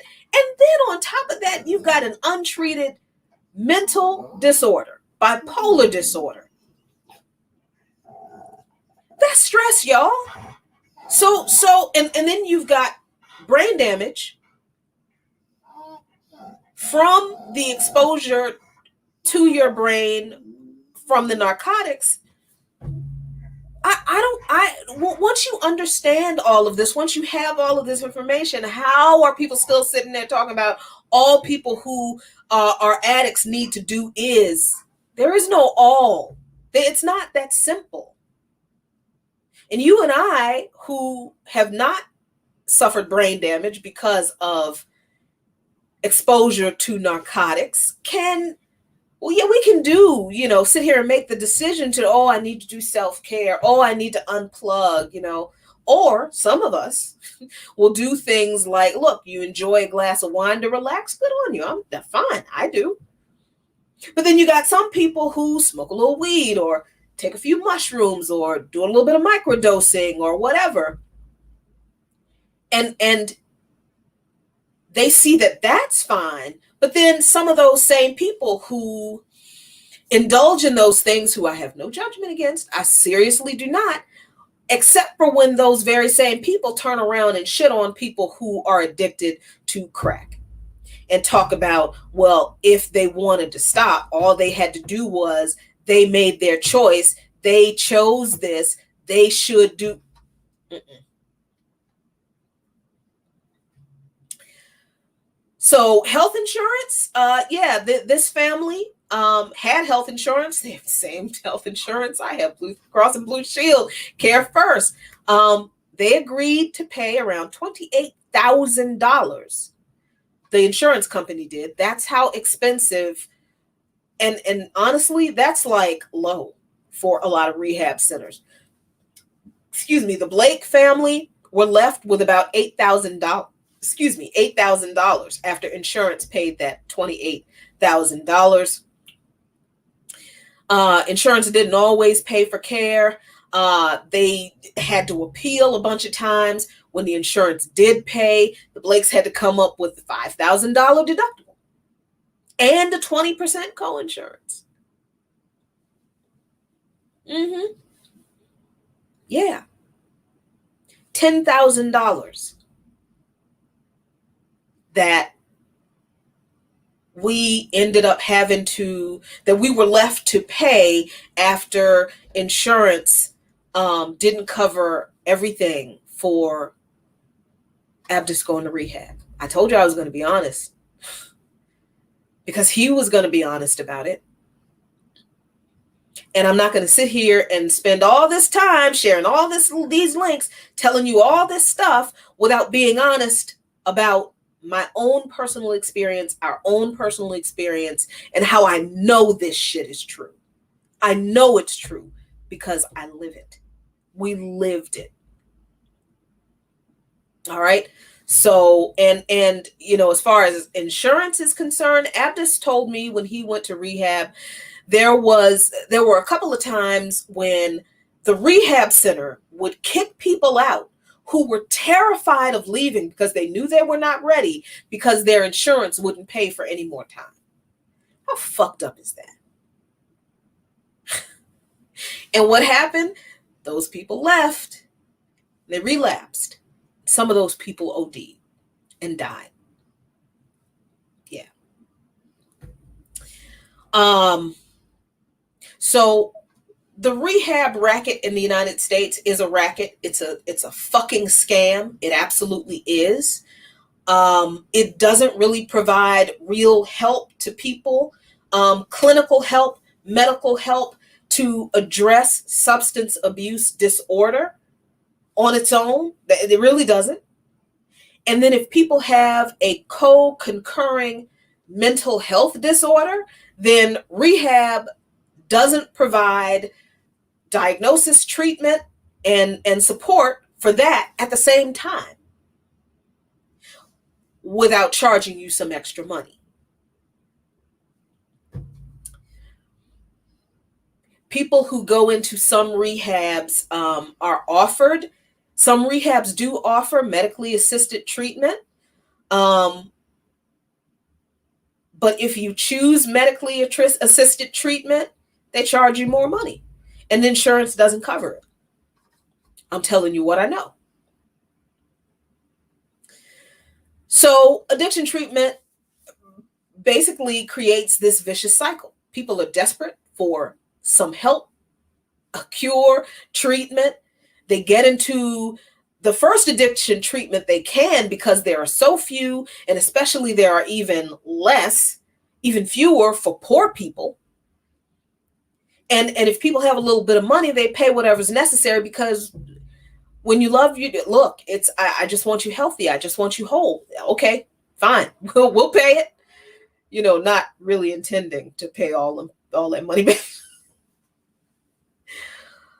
But then the treatment doesn't stick, or there's no serious follow-up. Why doesn't the treatment stick? Because it's based on a 12-step model that is not based on the clinical medical realities of substance abuse disorder.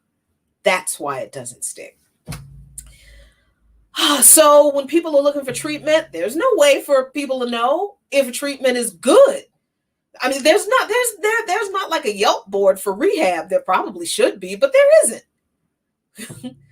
And Medicaid and Medicare Services says that they have over 4,000 quality measures for Medicaid and Medicare services in general. Over 4,000 quality measures. There are no quality measures for addiction programs in this country. None. So they can basically do and say anything they want, take the insurance company's money, take your money.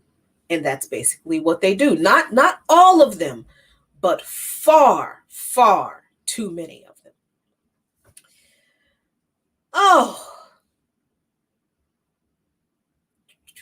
This is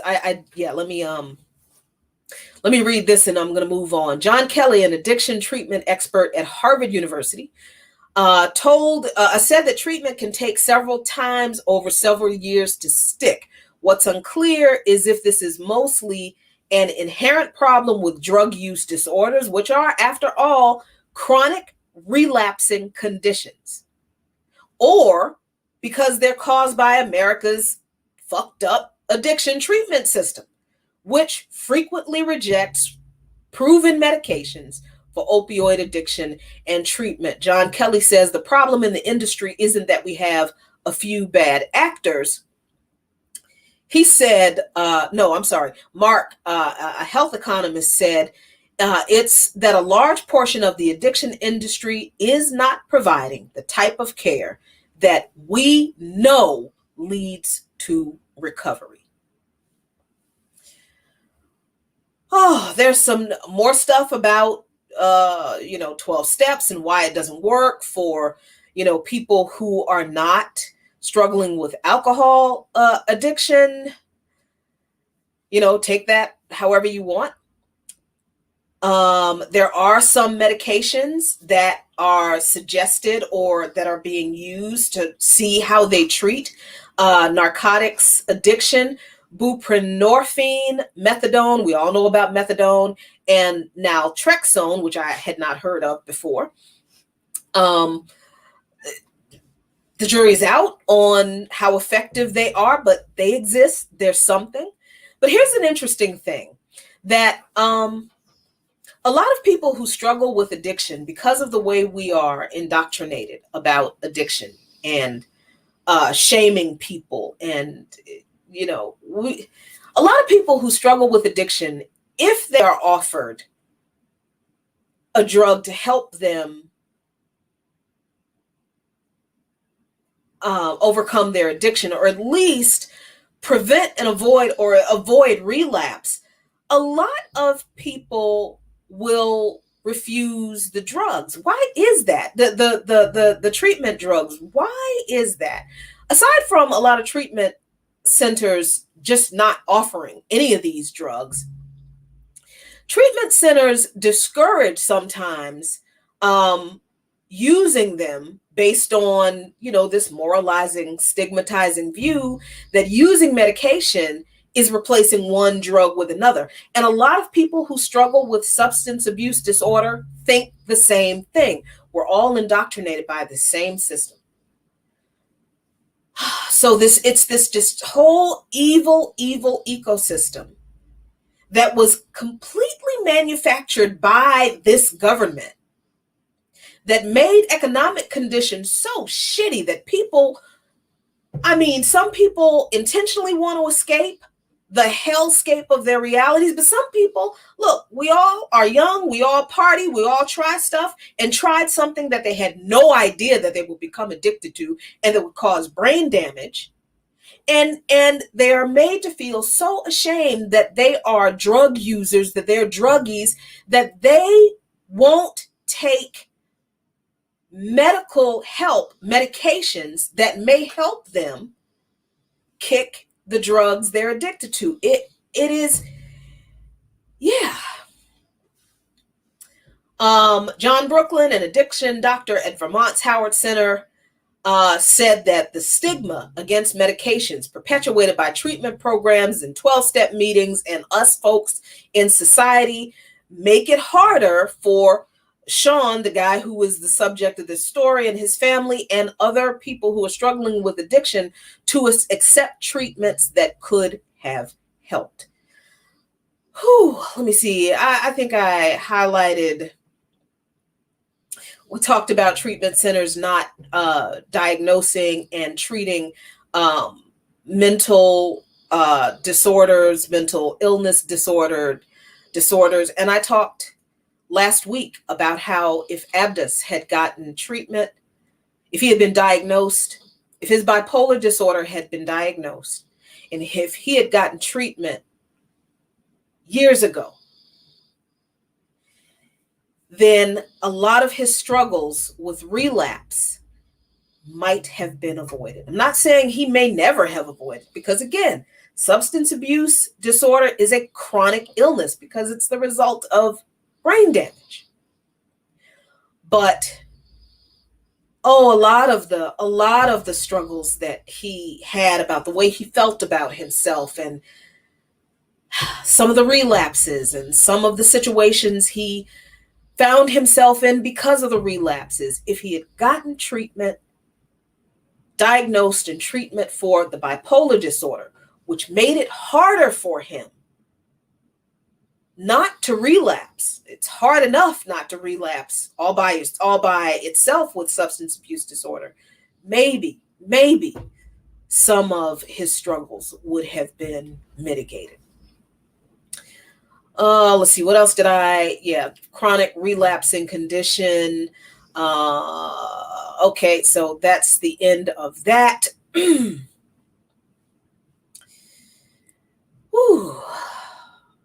I know this is a lot. This is a lot for me, but I got to tell you, I am feeling like several boulders are being lifted off my shoulders. And I honestly hope, and off my heart, honestly, because I hope to God that this is helpful to you.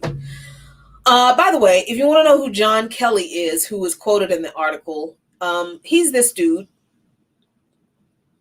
You can find him on YouTube. And, I'm not sharing the audio. I'm just showing you that he has talked about treating addiction as a chronic disease as recently as 2019, because it is. So if you want to check him out and get more information from him, you can. I will provide the link for you. So I've gone through all that. Now I want to talk about fentanyl real quick, because fentanyl is the thing that has been added to this entire issue of substance abuse disorder, the political forces behind the crack epidemic that created the perfect storm that gave rise to it, that our people are still suffering from in our community. The completely fucked up and inadequate profit-driven rehab industry that people need to stop believing is easy for people to get into and actually solves people's problems, because it doesn't. There's a reason so many people are still addicted to all kinds of substances. You add fentanyl to this mix, and fentanyl is horrifying. It is absolutely horrifying. Something about fentanyl. There's some things about fentanyl we need to understand. Just like all of this. Oh, okay, that's not the one I want to share right now. Oh, wait, yes, it is, because there is a graphic in here that explains why fentanyl is so horrifying. One of the things that my sweetheart said to me, and this is an article, a very long, very good article, very sad and enraging article that in the Washington Post about fentanyl affecting heroin users, Black heroin users who are older here in DC, who are dying at epidemic rates because heroin began to be cut with fentanyl, and so did crack. But in this article, they focused on heroin users. But again, people leave out people who are struggling with crack addiction because of the stigma that people still have and still place on people who struggle with crack addiction. It's fucking maddening. But anyway, this article was published in 2018. So this is not like it was that long ago. Let me scroll down here to when they talk about prescription opiates and the surge in heroin use and opioid addiction surging in rural America, and how the drug overdose rates among Black people climbed by 12.1%, and how it rose even higher by 94%, more than double the 44.6% increase for white people. That rise in deaths have disproportionately happened in cities among Black people and other densely populated areas. Among 7 in 10 Black folks who died of a drug overdose in 2017 live in counties classified as heavily urban in the National Center for Health Statistics, compared with 3 in 10 whites. So they talk about how the opioid epidemic has changed, and what changed it? It's fentanyl. Fentanyl, and I highlighted this because this is where U.S. journalistic imperialism comes from, and the yellow journalism and the xenophobia. They leave out a lot of context and a whole timeline about the emergence of fentanyl in this country by going straight to, but China was manufacturing fentanyl and importing it to Mexico by 2014. Let me give you the actual timeline of the emergence of fentanyl, why it's important.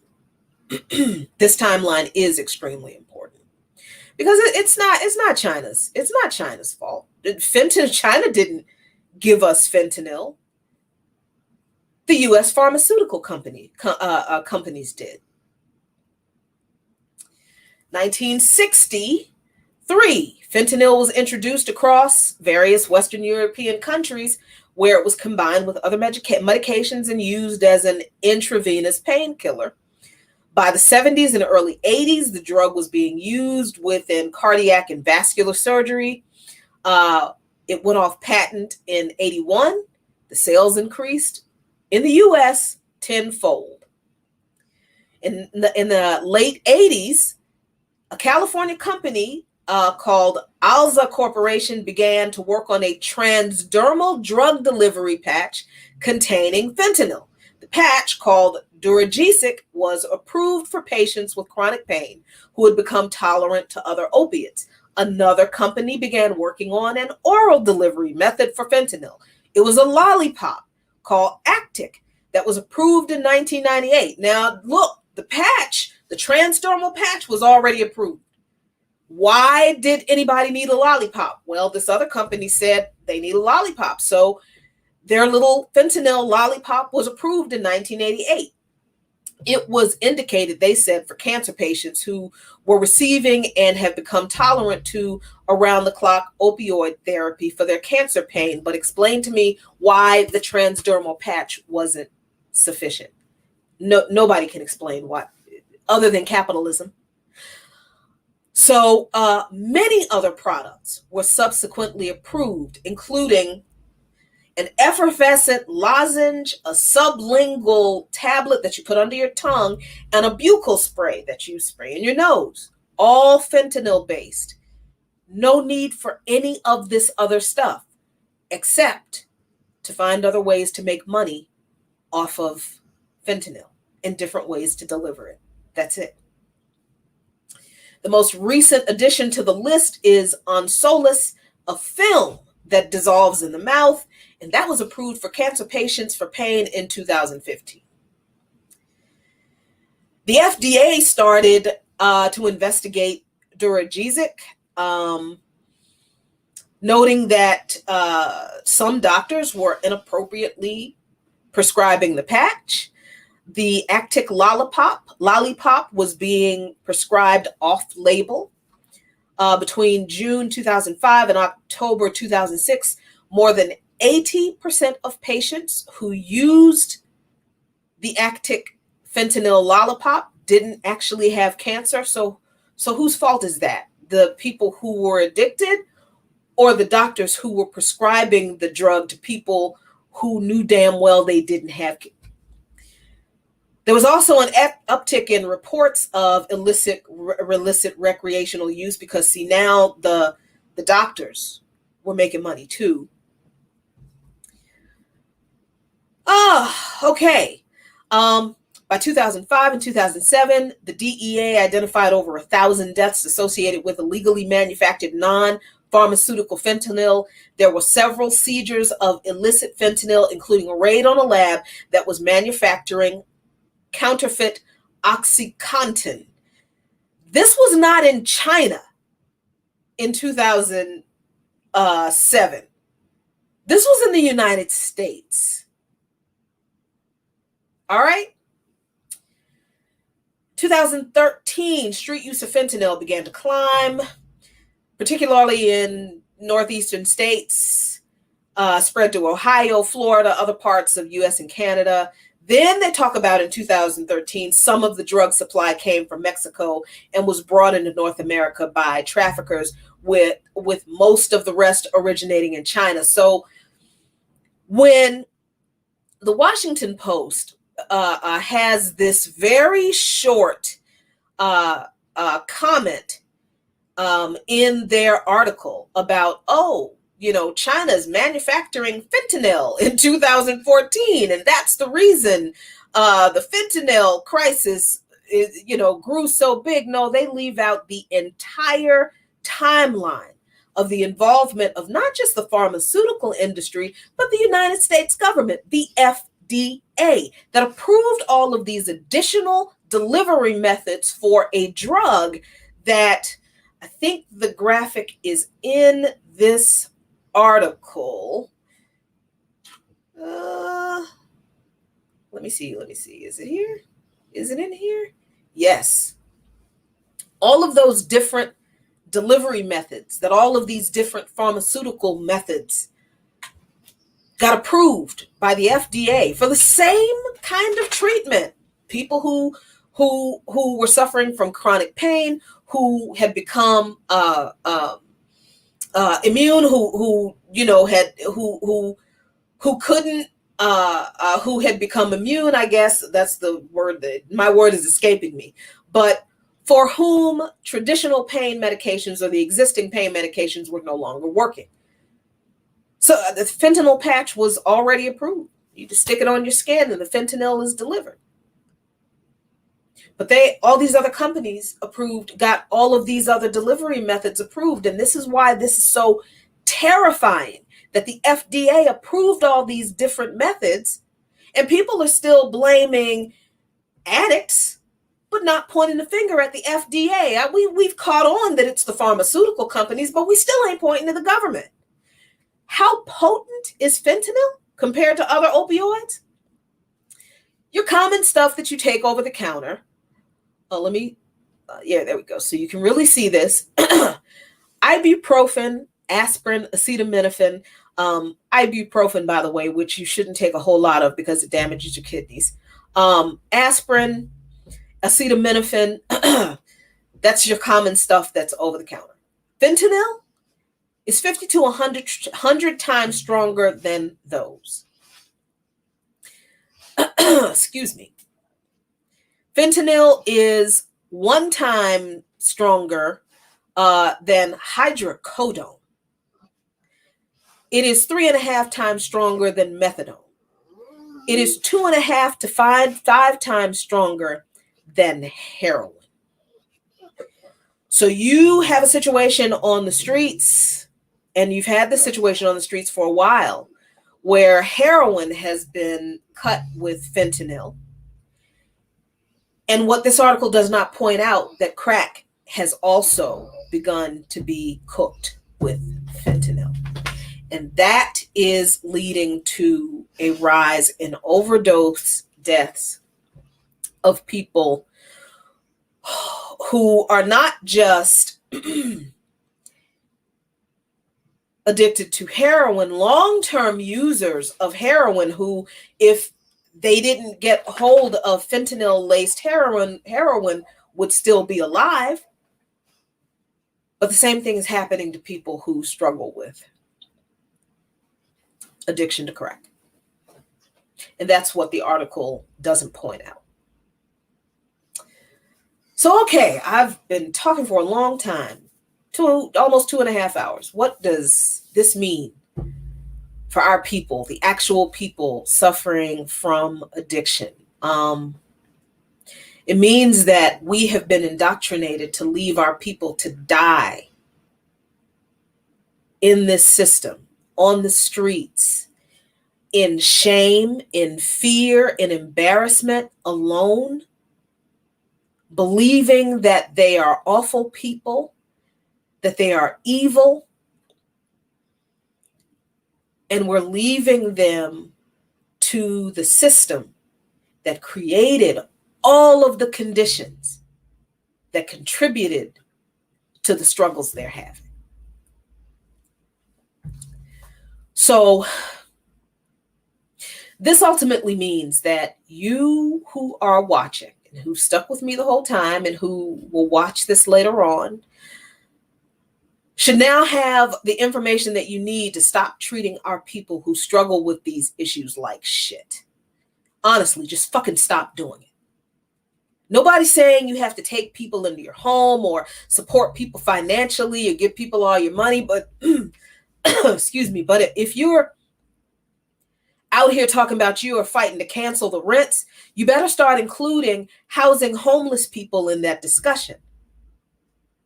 And if you're talking about housing homeless people, you better start talking about the people who suffer with mental health disorders and substance abuse disorders in that conversation. If you're going to be out here fighting for Medicare for all, you better start fighting for people to have mental health support in that discussion, and you damn well better start declaring that substance abuse is a medical disorder. It's a clinical disorder that's also a mental health and a health care issue. If you're going to talk about better treatment and rehab centers, you better start questioning whether people you're recommending to these places will have access to mental health professionals who can diagnose and treat disorders and provide medically assisted treatment at no additional cost to them or you. And you better start raising the alarm about how capitalism itself preys on people with substance abuse disorders and their families, making the difficulties of dealing with the disorder worse by adding the massive financial burden to the mix that survive even after people's loved ones have passed away from their untreated disorders. And by the way, stop giving money to the fucking Salvation Army, which only takes people's benefits if they receive like SSI or food stamps when they go into the Salvation Army adult rehabilitation centers, the Salvation Army rehab centers. They use those people for cheap labor, and the treatment they get is that they make them go to church and read scripture and read the Bible. How do I know this? I know this from my experience that Abdus Luqman had. Also, if you're cool with marijuana and mushrooms and microdosing and other psychotropics, and, again, I got no judgment on that. You do you. But if you're doing that and you're looking down on heroin, crack, and opioid and meth addicts, you're a judgmental fuck, and fuck you, so stop doing that shit. So for me, ultimately, I wanted to stand up for my husband. I wanted to stand up for Abdus Luqman. I stood up for him in life the way I did because I meant it, Every word I said about him, I meant it because every fucking word was true. The love and the respect that you saw me have for that man on this show, I meant it. It was real. And he was exactly who you saw. He deserved my love and respect, and he deserved your respect. And he deserves it even in death. Even understanding that he struggled with something that he was so ashamed of, but he understood that it was important enough to try to share it with people, even as he continued to struggle with stuff that he didn't even entirely understand himself. In fact, I think he deserves respect even more, honestly, because he was fighting multiple battles on multiple fronts. And he did it like a fucking soldier and like a man and like a true African warrior, the best he could with the best he had. It is a miracle that man survived so that I could meet him and do what we did together. So what I couldn't do was air all of these issues in public while he was alive without his consent, because he was a grown man who deserved dignity and respect. And as his wife and his partner and his ride or die, I owed that to him, regardless of how anyone feels about it, felt about it then, feels about it now. I don't care. I'm going to be honest. I struggle with my own guilt issues because of this. You know, should I have said more to more people? But that's something that nearly everyone who loves someone who struggles with substance abuse disorder deals with, believing that we should have done more than we did. And that's a mental thing that we got to deal with. It is. It honestly is. But honestly, without the proper diagnosis, treatment, and long-term care, individual efforts at sobriety and even survival will very frequently fall short for everyone who struggles with substance abuse disorder. And it's even worse for people who struggle with co-concurrent disorders of substance abuse and mental health disorders. So to my eternal sorrow, this is part of my honey's story. It is. It's part of my story. It's part of our story. He worked so hard not to be ashamed of his past, and he was getting there. He was trying, but he couldn't do it. He never would have been able to do it without all the tools that he needed that he did not have, and he never got, no matter how much I loved him. So if he had survived the last relapse, and Abdus did relapse about a week before he died, he and I would be doing this show together. We may not have been doing it on this date, but we would have eventually been doing this show together. I know this for a fact because so much of this information came from him, from conversations we had together. We had planned to do this. We had talked about it.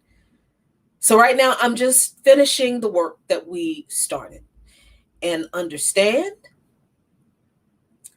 I have no shame in my husband or for him. And I never will, and I never did. Because I always knew that Abdus was more than his struggles, even though neither one of us really understood those struggles.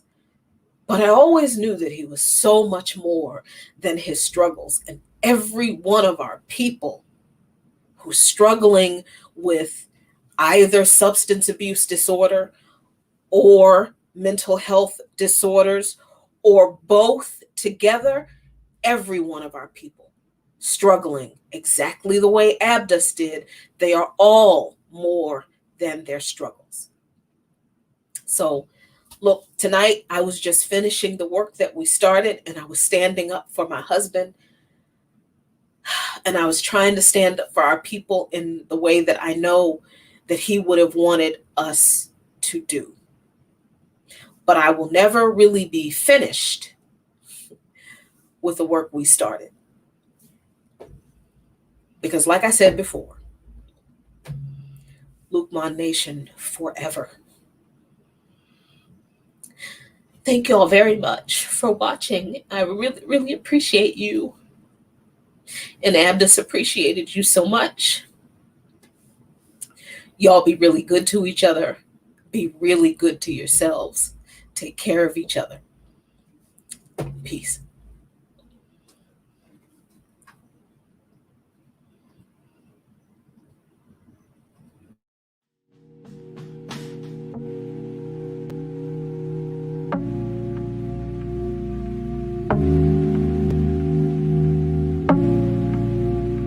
I had them on line before I dial up.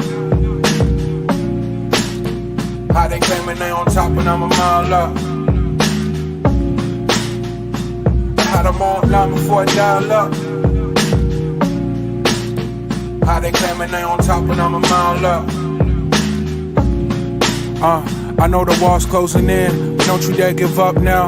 Poe believed in me, pull up, threw some bucks down. Todd told the valet pull the truck round. Push the line after we drew it, it's just us now. Would you believe me if I told you my granny told me she prayed this? Then booked the surgery just to pull me out of the basement. Right back where I started, nothing to show for a facelift. Got pushed playing Walter White and Davis, never felt so dangerous. The type of power they can't quantify. And name the best from my region, you gotta utter mine. Think of who really putting on, you never come to mind. Rapping like your Spotify, tap you rappers compromise. Yeah, no need to panic, just paint the canvas. If you can feel the static, you're too close, find your balance. Embed the revolution for they prohibition bandwidth. Blood trickle from the lead to see what's planted. I had them all line before I dial up.